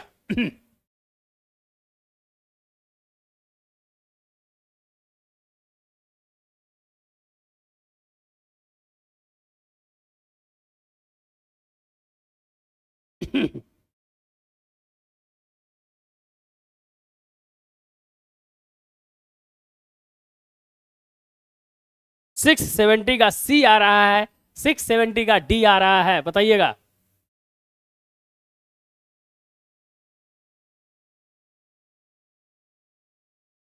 चलिए, दर्पण प्लस ऐप है दोस्तों, क्या नाम है, दर्पण प्लस ऐप है दोस्तों जो एक्यूट इंसेफ्लाइटिस सिंड्रोम को प्रभावित करने के लिए जो दोस्तों डॉक्टर की उपस्थिति दर्ज करने के लिए दर्पण प्लस ऐप को है जो लॉन्च किया गया है। सभी ऐप बिहार सरकार से रिलेटेड है, ई संजीवनी भी है, माई हॉस्पिटल भी है, लेकिन दोस्तों है जो AES को है जो दोस्तों डॉक्टर की उपस्थिति के लिए दर्पण प्लस ऐप को है जो लॉन्च किया गया है। दर्पण प्लस ऐप को है जो लॉन्च किया गया है, ध्यान रखिएगा। चलिए 14वें कृषि नेतृत्व पुरस्कार 2023 में किस राज्य को फसल उत्पादन में सर्वश्रेष्ठ राज्य का पुरस्कार मिला है? पंजाब, उत्तर प्रदेश 14 है। 14वें कृषि नेतृत्व पुरस्कार में किस राज्य फसल को उत्पादन में सर्वश्रेष्ठ राज्य का पुरस्कार मिला है? पंजाब, उत्तर प्रदेश, महाराष्ट्र और बिहार। जल्दी से कमेंट कीजिएगा। बिहार स्पेशल का कुछ क्वेश्चंस है जो आपको करवाना था, तो हम सोचे कि दोस्तों इसी में है जो कुछ क्वेश्चन अब बिहार स्पेशल को भी डाल दें। जल्दी से बताइएगा इसका आंसर क्या होगा। जो 14वें कृषि नेतृत्व पुरस्कार, 14वें कृषि नेतृत्व पुरस्कार में है दोस्तों है जो किसे है जो दोस्तों उत्पादन में सर्वश्रेष्ठ राज्य का है जो पुरस्कार मिला है? सूरज जी का आंसर आ रहा है 671 का डी आ रहा है, 671 का डी आ रहा है आंसर। चलिए बहुत बढ़िया, बहुत बढ़िया दोस्तों है जो बिहार को है जो मिला है कृषि नेतृत्व पुरस्कार 2023 में जो दोस्तों है जो बिहार को मिला है, ध्यान रखिएगा। चलिए निम्नलिखित में से किसे भारत का पहला प्राकृतिक रूप से पाए जाने वाला स्वदेशी जीवाणु बताया गया है जो पश्चिम भारत के आर्द्र भूमि और चावल के खेतों में प्रचुर मात्रा में पाया जाता है? ग्लूकोनाइसोटैक्टर, एजोटोबैक्टर, राइजोबियम, मैथिलोसोकुम ओराइजी।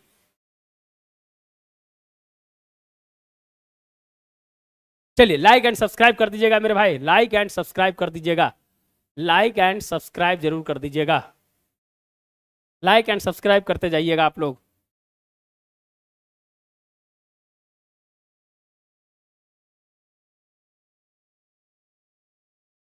जल्दी से बताइएगा किससे है जो दोस्तों है जो पश्चिमी भारत में आर्द्र भूमि और चावल के खेतों में प्रचुर मात्रा में दोस्तों जो स्वदेशी जीवाणु जो मिला है उसका नाम क्या है?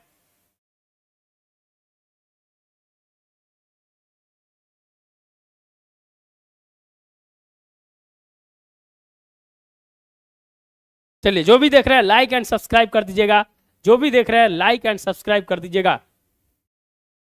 672 का क्या आंसर होगा बताइएगा, 672 का आंसर क्या होगा बताइएगा।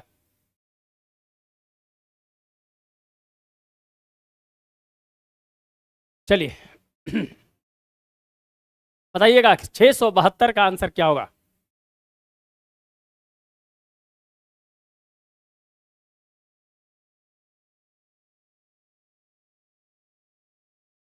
जो भी देख रहे हैं लाइक एंड सब्सक्राइब करते जाइएगा भैया, लाइक एंड सब्सक्राइब करते जाइएगा। कितना बढ़िया क्वेश्चन है, आंसर आया कि नहीं?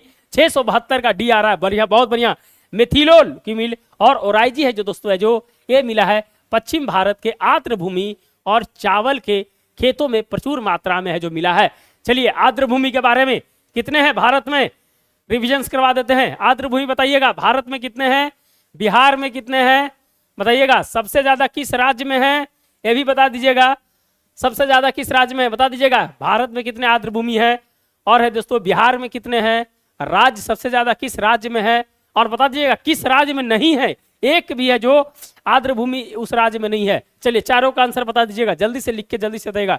हाँ 672 का डी, जल्दी से बताइएगा आर्द्र भूमि के बारे में, आर्द्र भूमि के बारे में जल्दी से बता दीजिएगा चारों क्वेश्चंस। टोटल 85 हैं, बहुत बढ़िया, टोटल 85 आ गया। बिहार में कितने हैं, बिहार में 3 आ गया। चलिए राज्य सबसे ज्यादा किस राज्य में है, हाँ दिवाकर जी का 85 आ गया, सभी का आ रहा है। चलिए जल्दी से बताइएगा किस राज्य में सबसे ज्यादा और किस राज्य में नहीं है। चलिए ये भी है जो क्वेश्चन से बता देते हैं आप। चलिए बिहार में 3 आ गए हैं, चलिए जल्दी से देते जाइएगा आंसर आप लोग। चलिए छत्तीसगढ़ में कोई नहीं है, बहुत बढ़िया, छत्तीसगढ़ में कोई नहीं है। और सबसे ज्यादा किस राज्य में है, तमिलनाडु में 18 गो है, तमिलनाडु में 18 गो है, ध्यान रखिएगा तमिलनाडु में 18 गो है। कितने मीटर होना चाहिए आर्द्र भूमि के लिए, कितने मीटर गहरा पानी या कीचड़ या कुछ भी होना चाहिए छत्तीसगढ़ में, बहुत बढ़िया, जल्दी से कितना मीटर, कितना मीटर बताइएगा। मानक इसके कितने हैं? आर्द्र भूमि के लिए मानक कितना होना चाहिए? आर्द्र भूमि के लिए कितना मानक होना चाहिए ये भी बताइएगा। छत्तीसगढ़ में चंडी नहीं, छत्तीसगढ़, हाँ छत्तीसगढ़ आ रहा है सर, ठीक है। चलिए कितने मानक होना चाहिए जल्दी से बताइएगा। 6 मीटर, बहुत बढ़िया, 6 मीटर होना चाहिए। गहरा पानी हो या है जो स्थिर पानी हो, कीचड़ हो, जो भी हो बताइएगा। हाँ और बताइएगा कितने मानक होना चाहिए आर्द्र भूमि के लिए? 12 नहीं, 9, 12 नहीं बताए थे, 9 होना चाहिए, 9 मानक होना चाहिए। ध्यान रखिएगा, ध्यान रखिएगा दिवाकर जी, 9 होना चाहिए, 9 मानक होना चाहिए। क्लियर हो गया? क्लियर हो गया। बिहार में कांवर हो गया, नागी हो गया और नकटी हो गया। यह है जो ध्यान है जो रखिएगा।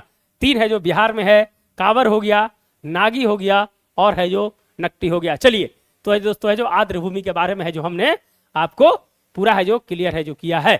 चलिए तीसरे वॉइस ऑफ ग्लोबल साउथ शिखर सम्मेलन 2024 का विषय क्या था? एक सतत भविष्य के लिए सशक्त वैश्विक दक्षिण, एक बेहतर भविष्य के लिए वैश्विक भागीदारी, सतत विकास के लिए एकता, वैश्विक एकजुटता की है जो दोस्तों पुष्टि। बताइएगा वॉइस ऑफ ग्लोबल साउथ। हाँ 9 मानक होना चाहिए, 9 मानक होना चाहिए। चलिए जो भी देख रहे हैं लाइक एंड सब्सक्राइब करते जाइएगा मेरे भाई।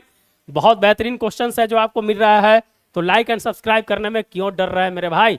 जल्दी से लाइक एंड सब्सक्राइब भी कर दीजिए, लाइक एंड सब्सक्राइब कर दीजिएगा जल्दी से।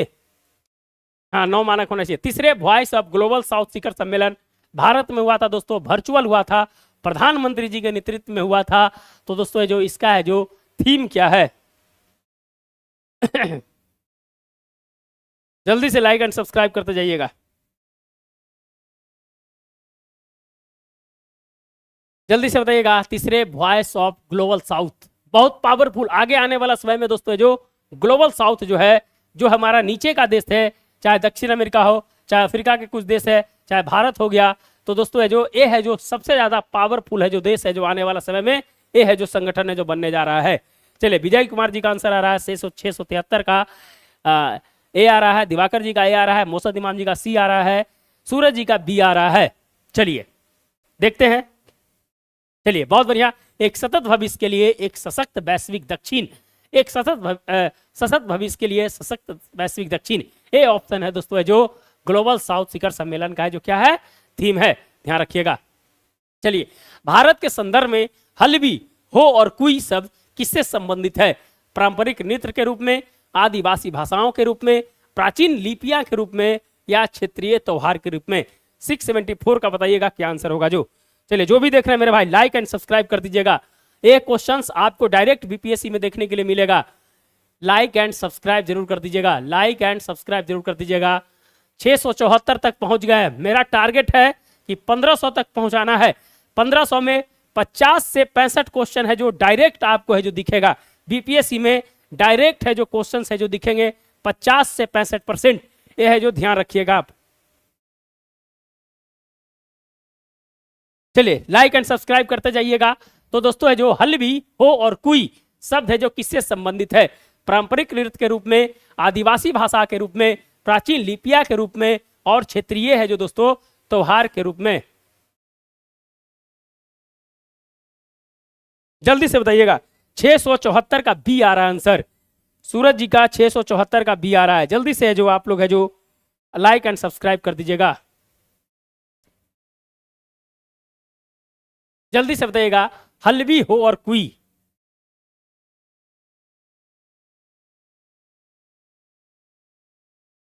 जल्दी से आंसर बताइएगा हल्बी, हो और कुई। बोल बोल के याद करवा देंगे, दिमाग में चला जाएगा। हम इसीलिए 3-4 बार रिपीट करते हैं, कम से कम वहां आ जाए क्वेश्चन तो कम से कम ही नहीं ध्यान में आए कि नहीं पढ़े हैं।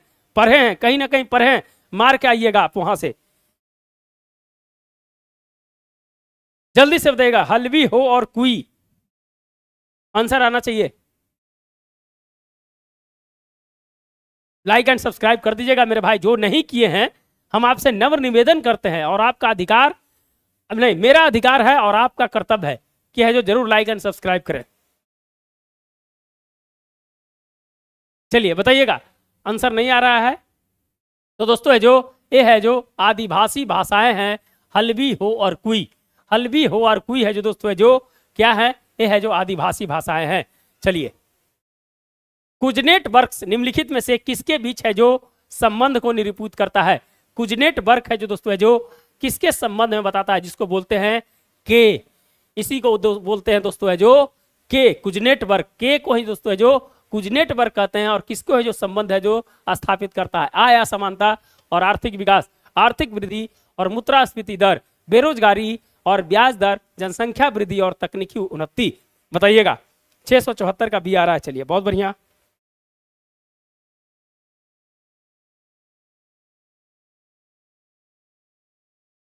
चलिए, जो भी देख रहे हैं लाइक एंड सब्सक्राइब कर देंगे मेरे भाई। यही है जो हम आपसे उम्मीद रखते हैं कि आप है जो जरूर है जो हमें सपोर्ट करें, हमें है जो मजबूत करें कि और है जो आपके लिए जो बेहतरीन है जो काम है जो आपके लिए किया जाए। तो आप हमें मजबूत करें, लाइक एंड सब्सक्राइब करें, हमें है जो हिम्मत दें, जरूर है दोस्तों है जो आपके लिए और बेहतरीन काम किया जाएगा।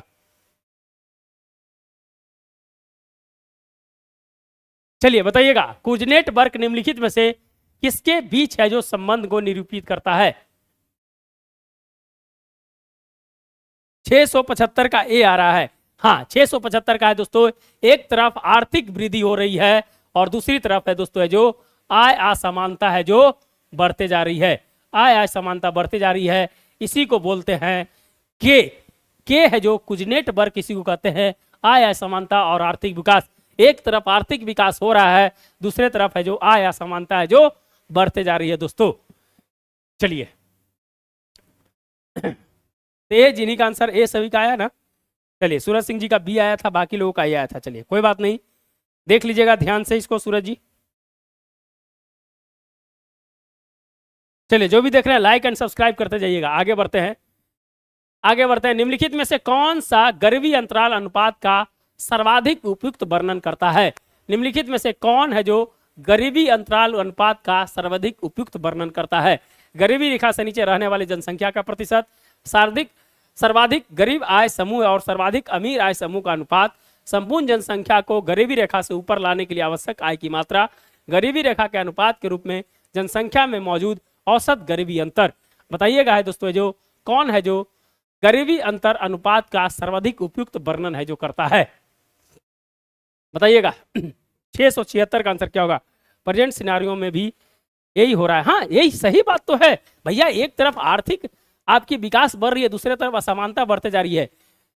भारत में मात्र है दोस्तों 2-3 लोगों के पास है दोस्तों 50 से 60% पैसा है। सोच लीजिए आप है जो उम्मीद लगा सकते हैं कि आय असमानता है जो कितना बढ़ रही है। और इससे है जो क्या हो रहा है, जो है जो इंक्लूसिव ग्रोथ है दोस्तों है जो समावेशी विकास है जो कहीं ना कहीं है जो प्रभावित हो रहा है। ये सब मेंस में पढ़ाएंगे, मजेदार पढ़ाएंगे, टेंशन नहीं लेना।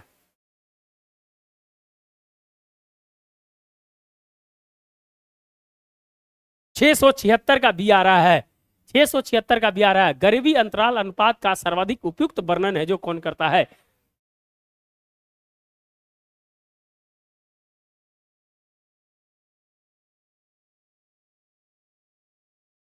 Jobless growth. हाँ, जॉबलेस ग्रोथ बढ़ रहा है ना। अभी नेस्कॉम का रिपोर्ट आया था। नेस्कॉम का भी है जो हाल फिलहाल में रिपोर्ट्स आया था, उसमें बताया गया था कि भारत में अब आईआईटी में जो पढ़ने वाले लोग हैं उनमें है जो कहीं ना कहीं दोस्तों 47% प्लेसमेंट है जो घट गई है।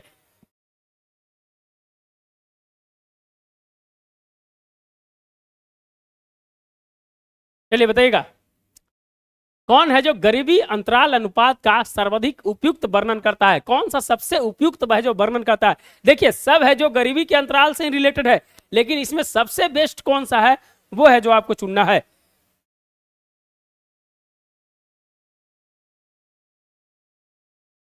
चलिए, तो गरीबी अंतराल अनुपात का है जो दोस्तों है जो सर्वाधिक गरीब आय समूह और सर्वाधिक अमीर आय समूह का है जो अनुपात है दोस्तों है जो एक गरीबी अंतराल अनुपात का है जो सर्वाधिक उपयुक्त वर्णन करता है।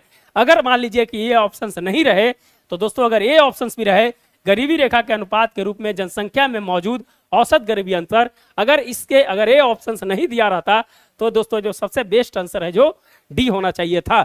सबसे बेस्ट आंसर है जो डी होना चाहिए था। चलिए, तो दोस्तों जो बी आंसर है जो आपका सही है। चलिए, निम्नलिखित में से किस क्षेत्र की राष्ट्रीय अवसंरचना पाइपलाइन में सर्वाधिक हिस्सेदारी है? जो नेशनल इंफ्रास्ट्रक्चर पाइपलाइन है दोस्तों, उसमें है जो सर्वाधिक हिस्सा है जो कितना है? टोटल कितने क्षेत्र हैं? टोटल 13 क्षेत्र हैं इसके अंदर, बताइएगा। और सबसे ज्यादा है जो दोस्तों जो भार है जो किसके ऊपर है?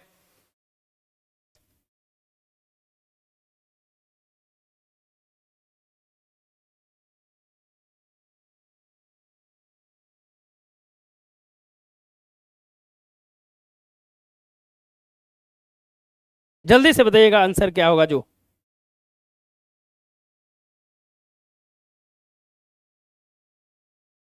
बताइएगा आंसर। 677 का क्या होगा? किस क्षेत्र की राष्ट्रीय अवसंरचना पाइपलाइन सर्वाधिक हिस्सेदारी है? 13 क्षेत्र है दोस्तों इसके अंदर, बताइएगा। 677 का आंसर बताइएगा। 677 का आंसर आ रहा है, ए आ रहा है, डी आ रहा है, और देखते हैं। विजय कुमार जी का बहुत बढ़िया, सड़क का है दोस्तों 27%। 27% है जो दोस्तों है जो सड़क का है। इनविट, इनविट का नाम सुने कि नहीं सुने हैं? इनविट के माध्यम से सड़क में है जो दोस्तों सबसे ज्यादा पैसा है जो दोस्तों है जो मुद्रीकरण में है जो मिला है। इनविट के माध्यम से इंफ्रास्ट्रक्चर जो निवेश के माध्यम से सबसे ज्यादा है जो पैसा है जो दोस्तों है जो सड़क के माध्यम से मिला है। और 27% है जो इसमें है जो भागीदारी जो किया है वो है जो सड़क किया है। ध्यान रखिएगा। 13 है जो टोटल क्षेत्र है, 13 है जो टोटल क्षेत्र है, ध्यान रखिएगा। 13 है जो टोटल क्षेत्र है। चलिए, भारत को राज्यों का परिसंघ के बजाय राज्यों का संघ क्यों कहा जाता है? भारतीय परिसंघ राज्यों के बीच समझौते का परिणाम नहीं है।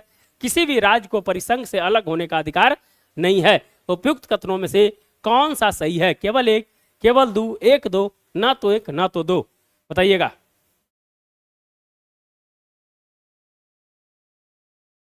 भैया लाइक सब्सक्राइब आप लोग नहीं करते हैं, नाराज कर देते हैं आप लोग। आप लोग कम से कम जो भी देख रहे हैं आपसे उम्मीद करते हैं कि जरूर है जो लाइक एंड सब्सक्राइब जरूर कर दीजिएगा। लाइक एंड सब्सक्राइब जरूर कर दीजिएगा। ये है जो दोस्तों है जो बहुत ही महत्वपूर्ण है मेरे लिए। चलिए, कौन सा है जो राज्य का परिसंघ के बजाय राज्यों का संघ है जो कहा गया है? भारत परिसंघ के राज्यों के बीच समझौते का परिणाम नहीं है। किसी भी राज्यों को परिसंघ से अलग होने का अधिकार नहीं है। कौन सा कथन है जो सही है, बताइएगा। 678 का सी है। सूरज सिंह जी का सी आ रहा है, सभी लोगों का सी आ रहा है, देखते हैं भैया।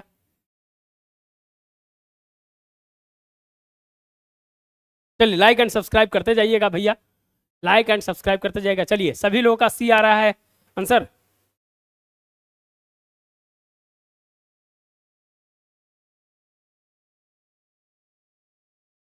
जल्दी से बताइएगा आंसर जो भी देख रहे हैं।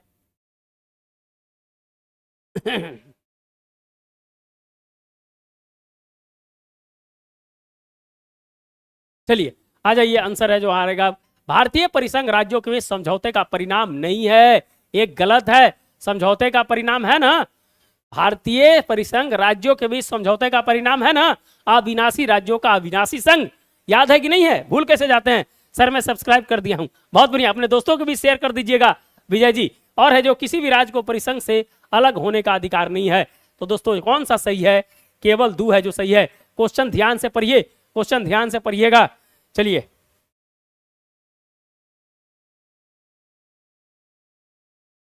कौन सा सही है? तो दोस्तों जो केवल दो है जो सही है।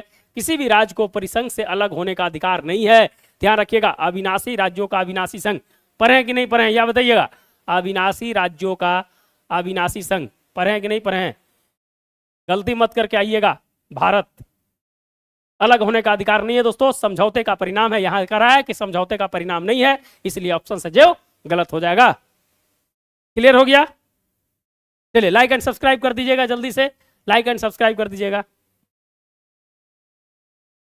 चलिए, किस प्रकार के विधेयक को संसद में प्रस्तुत किए जाने से पहले राष्ट्रपति की पूर्व संस्तुति की आवश्यकता होती है? धन विधेयक, संविधान संशोधन विधेयक, राज्य की सीमाओं में परिवर्तन।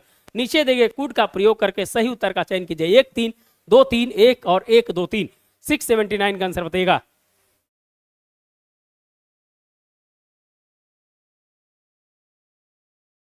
क्या है? सभी राज्यों के बीच ट्रीटी है? नहीं समझ रहे सूरज जी, सभी राज्यों के बीच क्या ट्रीटी है? भारत अविनाशी राज्यों का अविनाशी संघ है भैया, कहीं बाहर है जो नहीं जा सकता है। एक समझौते का परिणाम है।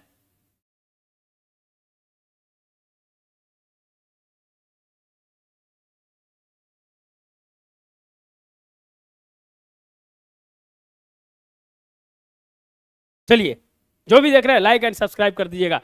चलिए, किस प्रकार के विधेयकों को संसद में प्रस्तुत किए जाने से पहले राष्ट्रपति की पूर्व संस्तुति की आवश्यकता होती है? धन विधेयक, संविधान संशोधन विधेयक, राज्य की सीमाओं में परिवर्तन।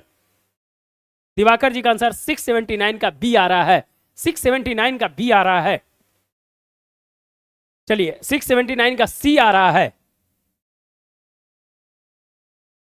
जो भी देख रहे हैं लाइक एंड सब्सक्राइब कर दीजिएगा। और सिंपल क्वेश्चन है, अगर ये क्वेश्चन गलती करते हैं तो आप एक बार जरूर है जो क्वालिटी पढ़ने का प्रयास कीजिएगा। काहे कि अब है जो सिंपल क्वेश्चन नहीं पूछने जा रहा है, अब है जो आपका ऐसी स्टेटमेंट टाइप क्वेश्चन पूछेगा।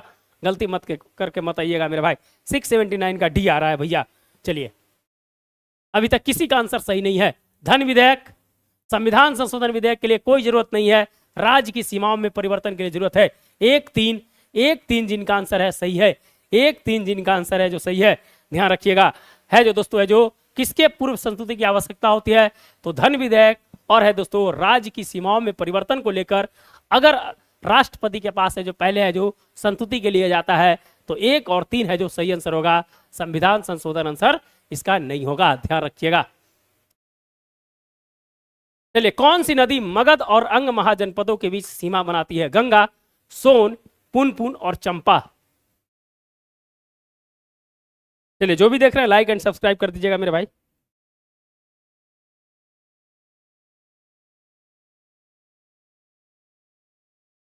चलिए बताइएगा, कौन सी नदी मगध और अंग बताइएगा, मगध और अंग महाजनपद के बीच है दोस्तों जो सीमा बनाती है?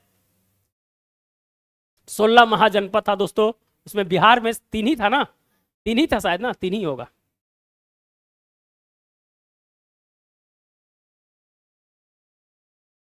चलिए, जो भी देख रहे हैं लाइक एंड सब्सक्राइब करते जाइएगा।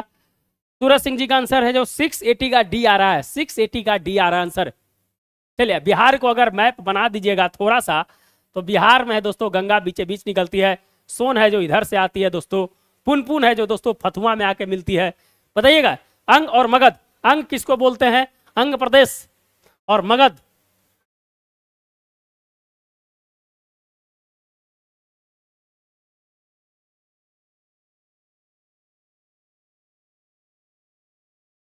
चलिए, आंसर आना चाहिए, आंसर आना चाहिए।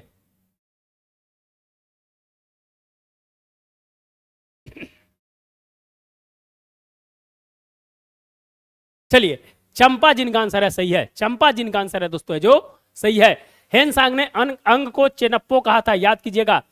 अंग को है जो दोस्तों है जो चेनप्पो कहा था हेनसांग ने, ध्यान रखिएगा। चलिए, गौतम बुद्ध और महावीर के मृत्यु के समय हर्यक वंश का राजा कौन था?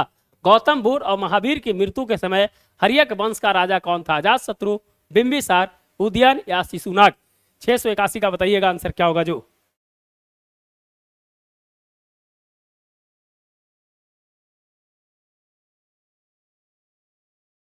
भागलपुर और बांका अंग में आता है। हाँ सही है, वही तो बता रहे थे कि साइड में है जो आपका अंग प्रदेश भागलपुर बांका। जल्दी से बताइएगा, गौतम बुद्ध और महावीर के मृत्यु के समय हर्यक वंश का राजा कौन था? अजातशत्रु, बिंबिसार, उदयन और शिशुनाग।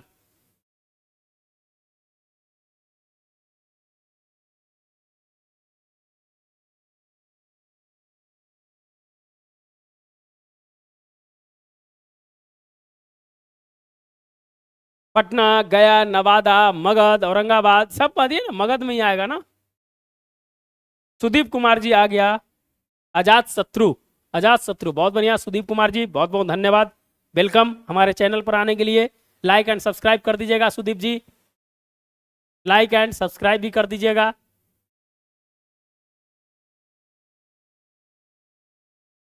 चलिए, 681 का भी है, 681 का। अरे बिंबिसार तो भैया हर्यक वंश का संस्थापक था, लेकिन गौतम बुद्ध और महावीर के समय अजातशत्रु था।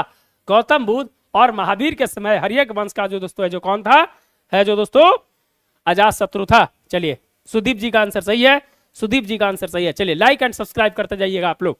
चलिए, मिथिला के स्वतंत्र कर्नाट राजवंश की स्थापना किसने किया था? मिथिला के स्वतंत्र कर्नाट राजवंश की स्थापना किसने किया था? नन्नदेव, लक्ष्मण सेना, जयदेव, नरसिंहदेव। 682 का आंसर बताइएगा क्या होगा जो।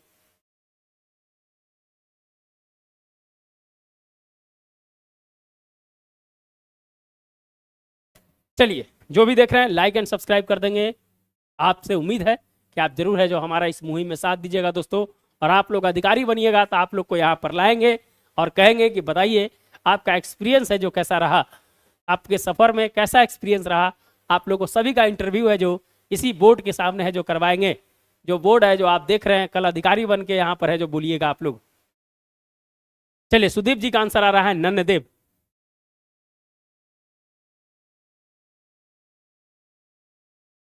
नन्नदेव, सभी का नन्नदेव आंसर आ रहा है। चलिए, बहुत बढ़िया, नन्नदेव है दोस्तों। मिथिला के कर्नाट वंश का है जो दोस्तों है जो संस्थापक कौन थे? नन्नदेव थे। चलिए आगे है, खड़गपुर पहाड़ी बिहार में किन दो नदियों के बीच जलग्रहण क्षेत्र बनाती है? मुंगेर का खड़गपुर पहाड़ी है जो दोस्तों है जो किन दो नदियों के बीच जलग्रहण क्षेत्र बनाती है? क्यूल सोन नदी, कमला बागमती नदी, कोसी बागमती नदी, क्यूल और मान नदी। चलिए बताइएगा। नन्नदेव, बहुत बढ़िया, सभी का आंसर आ रहा है। जल्दी से बताइएगा, लाइक एंड सब्सक्राइब कर देंगे। सुदीप जी लाइक एंड सब्सक्राइब कर देंगे।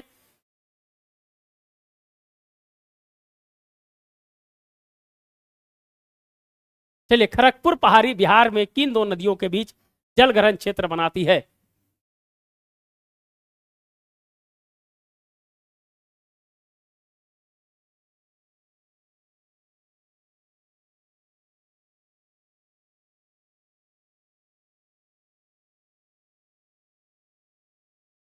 चलिए, आ रहा है क्यूल और सोन नदी। अरे खड़गपुर कहाँ है? खड़गपुर आपका मुंगेर में है। सोन नदी दक्षिण से बहती है। सोन नदी दक्षिण से बहती है, तो ऑप्शन से छाटने का प्रयास कीजिएगा। ऑप्शन से छाटने का प्रयास कीजिएगा, रटिएगा तो दिक्कत हो जाएगा मेरे भाई, रटिएगा तो दिक्कत हो जाएगा। चलिए तो बताइएगा, कौन है दोस्तों मुंगेर का खड़गपुर पहाड़ी जो बिहार के किन दो नदियों के बीच है जो जल ग्रहण क्षेत्र बनाती है? विजय कुमार जी का आंसर आ रहा है डी आ रहा है। विजय कुमार जी का आंसर डी आ रहा है।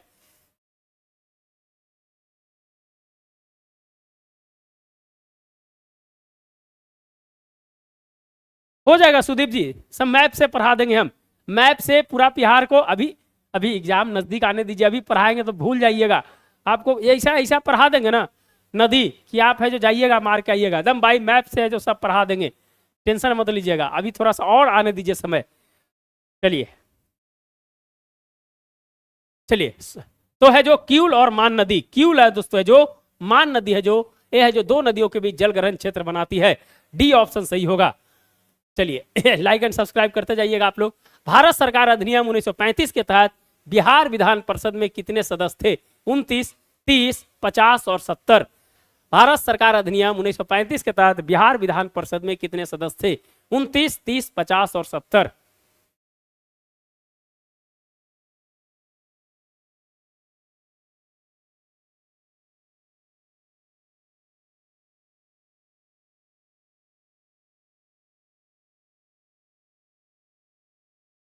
चलिए बताइएगा, भारत सरकार अधिनियम 1935 के तहत बिहार विधान परिषद में कितने सदस्य थे? 1913 में है जो दोस्तों बिहार विधान परिषद की है जो स्थापना है जो की गई थी। पढ़िएगा, बहुत इंपॉर्टेंट चीज है। क्वेश्चन है जो पूछे जाएंगे। No idea sir, no idea, एकदम आइडिया आ जाएगा। तो लाइक एंड सब्सक्राइब करते जाइएगा, आइडिया एकदम तुरंत आ जाएगा। आइडिया तो ऐसा डाल देंगे कि बिहार से 30 क्वेश्चन है, 25 क्वेश्चन सही करके आइएगा। 25 प्लस, कम से कम 25 प्लस क्वेश्चन सही करके आइएगा।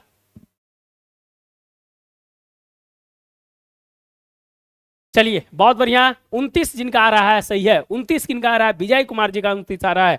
विजय कुमार जी का आ रहा है। 25 क्वेश्चन है जो आप सही करके आइएगा, छोटा ट्रिक के साथ एकदम पढ़ाएंगे।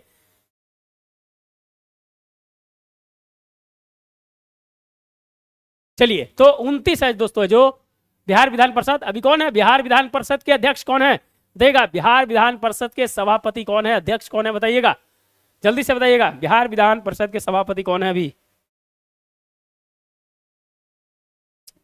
684 का ए आ रहा है, बहुत बढ़िया। बिहार विधान परिषद के सभापति कौन है बताइएगा।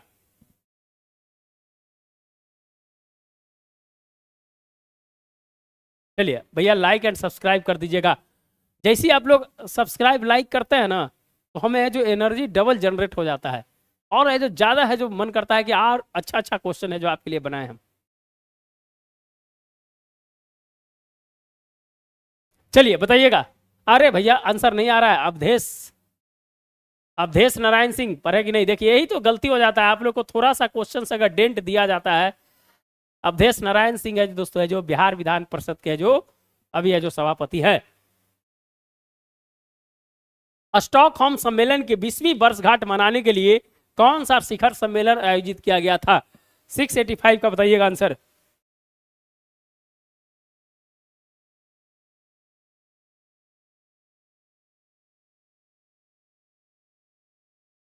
जल्दी से बताइएगा, स्टॉकहोम सम्मेलन की 20वीं वर्षगांठ मनाने के लिए कौन से शिखर सम्मेलन आयोजित किए गए थे?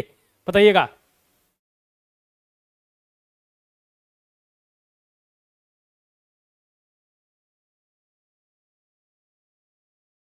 जल्दी से कमेंट कीजिएगा। सुदीप कुमार जी का आंसर ए आ रहा है, ए आ रहा है सुदीप जी, सुदीप कुमार जी का आंसर। चलिए और बताइए।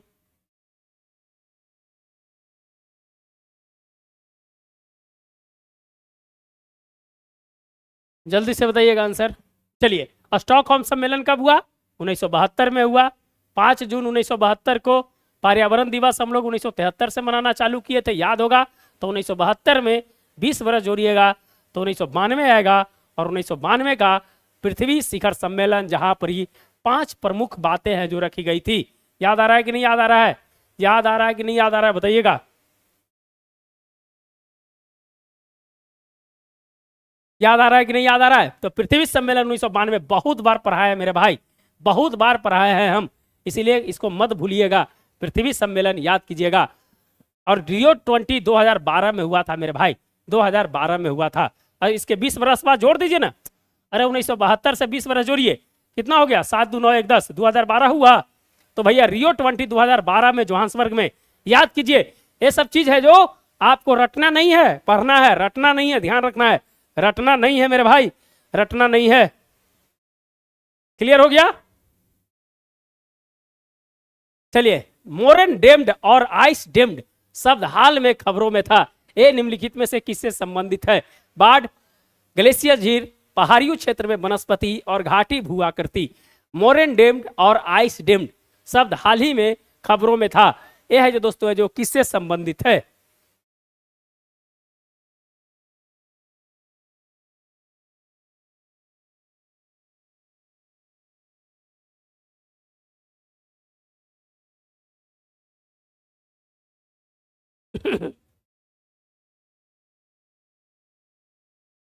जल्दी से बताइएगा आंसर।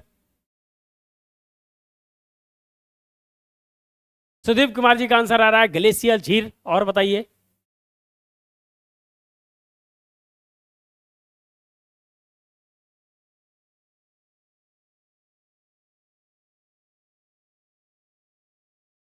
चलिए, आंसर आते रहना चाहिए। 10 बज गए हैं, 10 मिनट क्लास होगा। और है जो दोस्तों है जो कुछ क्वेश्चन जल्दी से खींचने का प्रयास करेंगे। हमारे पास टाइम थोड़ा सा लिमिटेड रहता है दोस्तों, इसीलिए है जो थोड़ा टाइम है जो आप लोग के साथ थोड़ा सा कम देने का प्रयास करते हैं। लेकिन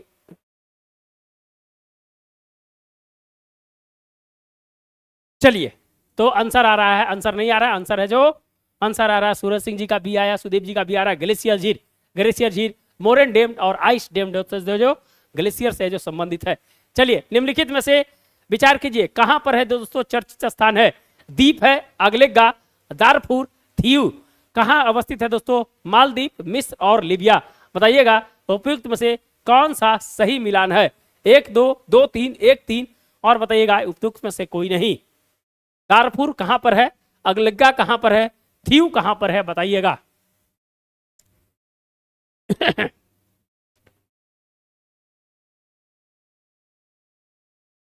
चलिए, जो भी देख रहे हैं लाइक एंड सब्सक्राइब करते जाइएगा, आपके लिए बहुत ही महत्वपूर्ण है जो दोस्तों जो क्लास है ये।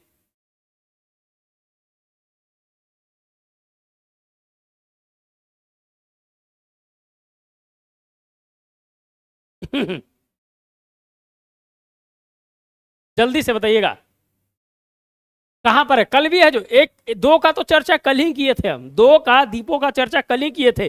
देखिए आज क्वेश्चन है जो उसमें से बन गया है, क्वेश्चन है जो उसमें से बन गया है। सुदीप कुमार जी का आंसर ए आ रहा है, 1 और 2 आ रहा है। चलिए और बताइएगा। चलिए, जो भी देख रहे हैं लाइक एंड सब्सक्राइब कर दीजिएगा मेरे भाई। लाइक एंड सब्सक्राइब का बटन जरूर दबा दीजिएगा, आपके लिए बहुत ही महत्वपूर्ण होगा।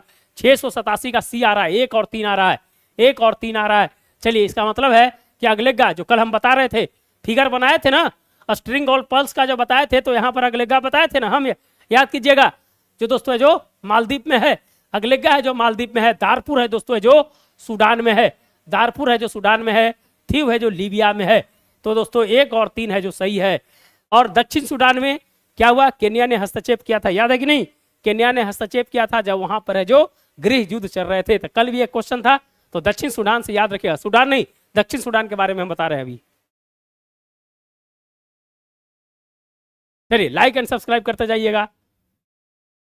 चलिए, supersonic missile assistant release of torpedo smart के बारे में निम्नलिखित में से कौन सा कथन सही है? इसका विकास डीआरडीओ द्वारा किया गया है। ये अगली पीढ़ी की मिसाइल आधारित हैवीटेट टारपीडो डिलीवरी प्रणाली है। स्मार्ट का उद्देश्य नौसेना के पनडुब्बी रोधी युद्ध क्षमताओं को बढ़ाना है। नीचे दिए गए कूट का सही उत्तर का चयन कीजिए, केवल एक दो 3 या 1 3।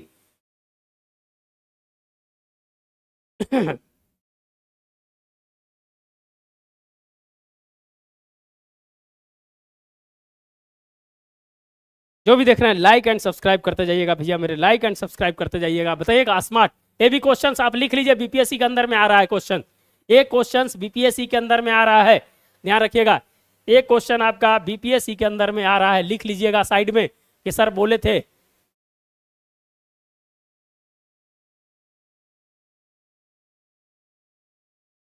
ये बीपीएससी में क्वेश्चंस पूछने जा रहा है आपको, एकदम वीवीआई क्वेश्चन है ये। 688 का डी आ रहा है, 1 और 3 आ रहा है। चलिए और देखते हैं। तो आप लोग लाइक एंड सब्सक्राइब कर दिए, बहुत बढ़िया बहुत बढ़िया बहुत बढ़िया, लाइक एंड सब्सक्राइब करते जाइएगा आप लोग। जल्दी से आंसर बताइएगा।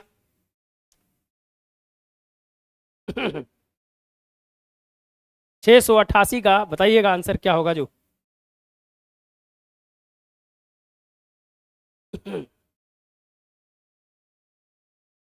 688 का बी आ रहा है, सी आ रहा है विजय जी।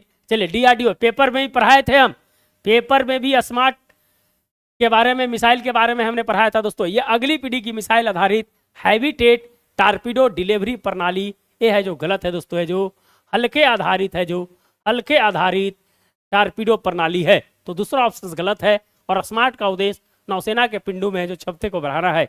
1 और 3 डी जिनका आंसर है जो सही है, डी जिनका आंसर है जो आपका सही है।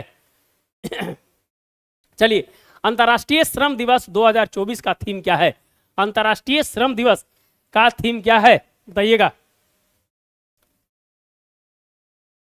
चलिए, लाइक एंड सब्सक्राइब करते जाइएगा भैया, जो भी देख रहे हैं लाइक एंड सब्सक्राइब करते जाइएगा, लाइक एंड सब्सक्राइब करते जाइएगा। अंतर्राष्ट्रीय श्रम दिवस 2024 का थीम क्या है?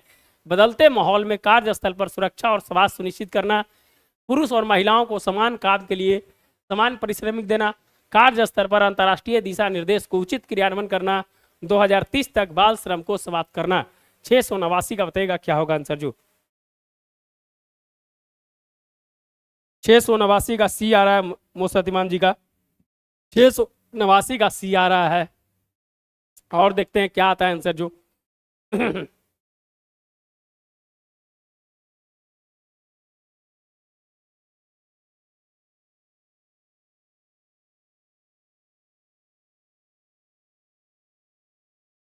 कल है जो 7 सब्सक्राइबर हुए थे, आज है जो 4 सब्सक्राइबर हुए हैं।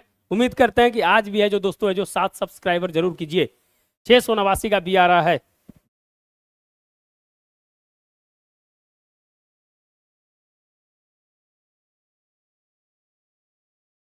चलिए, तो यह है जो दोस्तों है जो अंतर्राष्ट्रीय श्रम दिवस का थीम है, बदलते माहौल में कार्यस्थल पर सुरक्षा और स्वास्थ्य को सुनिश्चित करना। यह है जो दोस्तों अंतर्राष्ट्रीय श्रम दिवस का है जो थीम है, बदलते माहौल में कार्यस्थल स्थल पर सुरक्षा और स्वास्थ्य सुनिश्चित करना।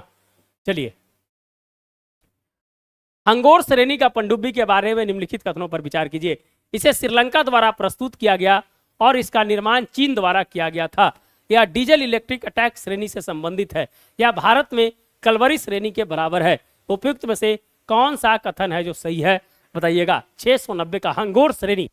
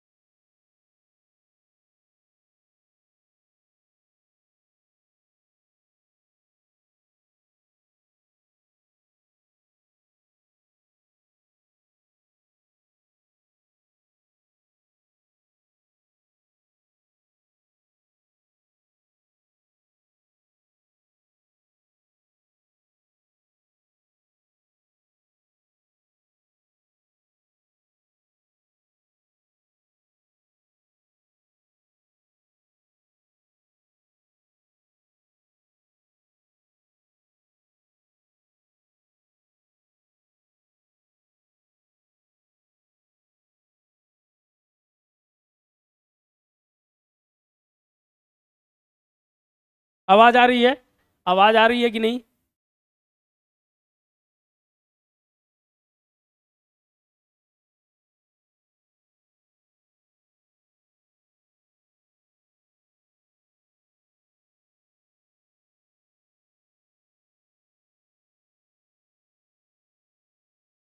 आवाज आ रही है? बताइएगा।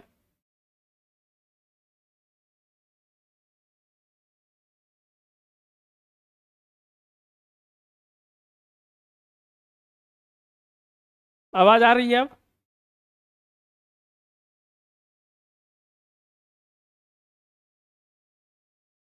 जी अब आवाज आ रही है, चलिए ठीक है।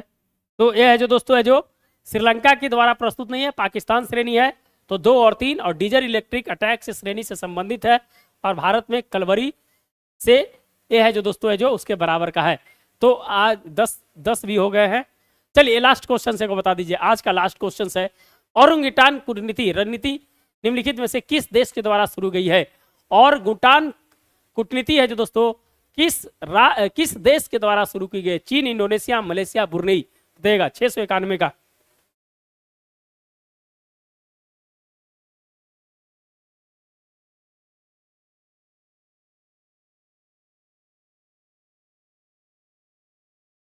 बताइएगा, लास्ट क्वेश्चन है, औरंगुटान कूटनीति रणनीति निम्नलिखित में से किस देश के द्वारा शुरू की गई है?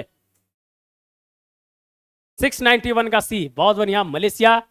मलेशिया है जो दोस्तों है जो अब किसी भी देश के साथ व्यापार होता है तो वो क्या करता है कि अपनी है जो औरंगुटान कूटनीति, वहां पर एक है जो प्रजाति है, उसको प्रजाति को भी है उसके साथ है जो दिया जाता है, जिसे है जो उसकी संख्या में वृद्धि किया जाए। उसी प्रकार से दोस्तों चीन की पांडा नीति है, चीन की है जो पांडा नीति है। और अभी है जो बिहार सरकार भी है दोस्तों है जो गेंडा है जो दी थी अमेरिका को, और वहां से भी है जो कुछ है जो मंगाया है। तो इस तरह की डिप्लोमेसी भी है जो काम करती है। तो ये है जो दोस्तों है जो मलेशिया से है, ये है जो मलेशिया से है, एक डेंजर मंकी है, हाँ मंकी है। चलिए तो आज का सफर को यहीं समाप्त करते हैं, आज का सफर को यहीं पर है जो समाप्त करते हैं। दोस्तों कैसा लगा फीडबैक जरूर दीजिएगा, आपके लाइक क्वेश्चन है कि नहीं, पूछा जा सकता है कि नहीं, तो जरूर है जो फीडबैक दीजिएगा। अगर जो कोई भी लाइक एंड सब्सक्राइब नहीं किए हैं, करने का है जो प्रयास है जो कीजिएगा। तो दोस्तों जो कल फिर इसी समय है जो मिलने का प्रयास करेंगे। धन्यवाद, पढ़ते रहिए, मस्त रहिए, स्वस्थ रहिए, कल है जो मिलेंगे। धन्यवाद दोस्तों, फीडबैक दीजिएगा, जो लाइक नहीं किए सब्सक्राइब नहीं किए कर दीजिएगा। धन्यवाद, गुड नाइट।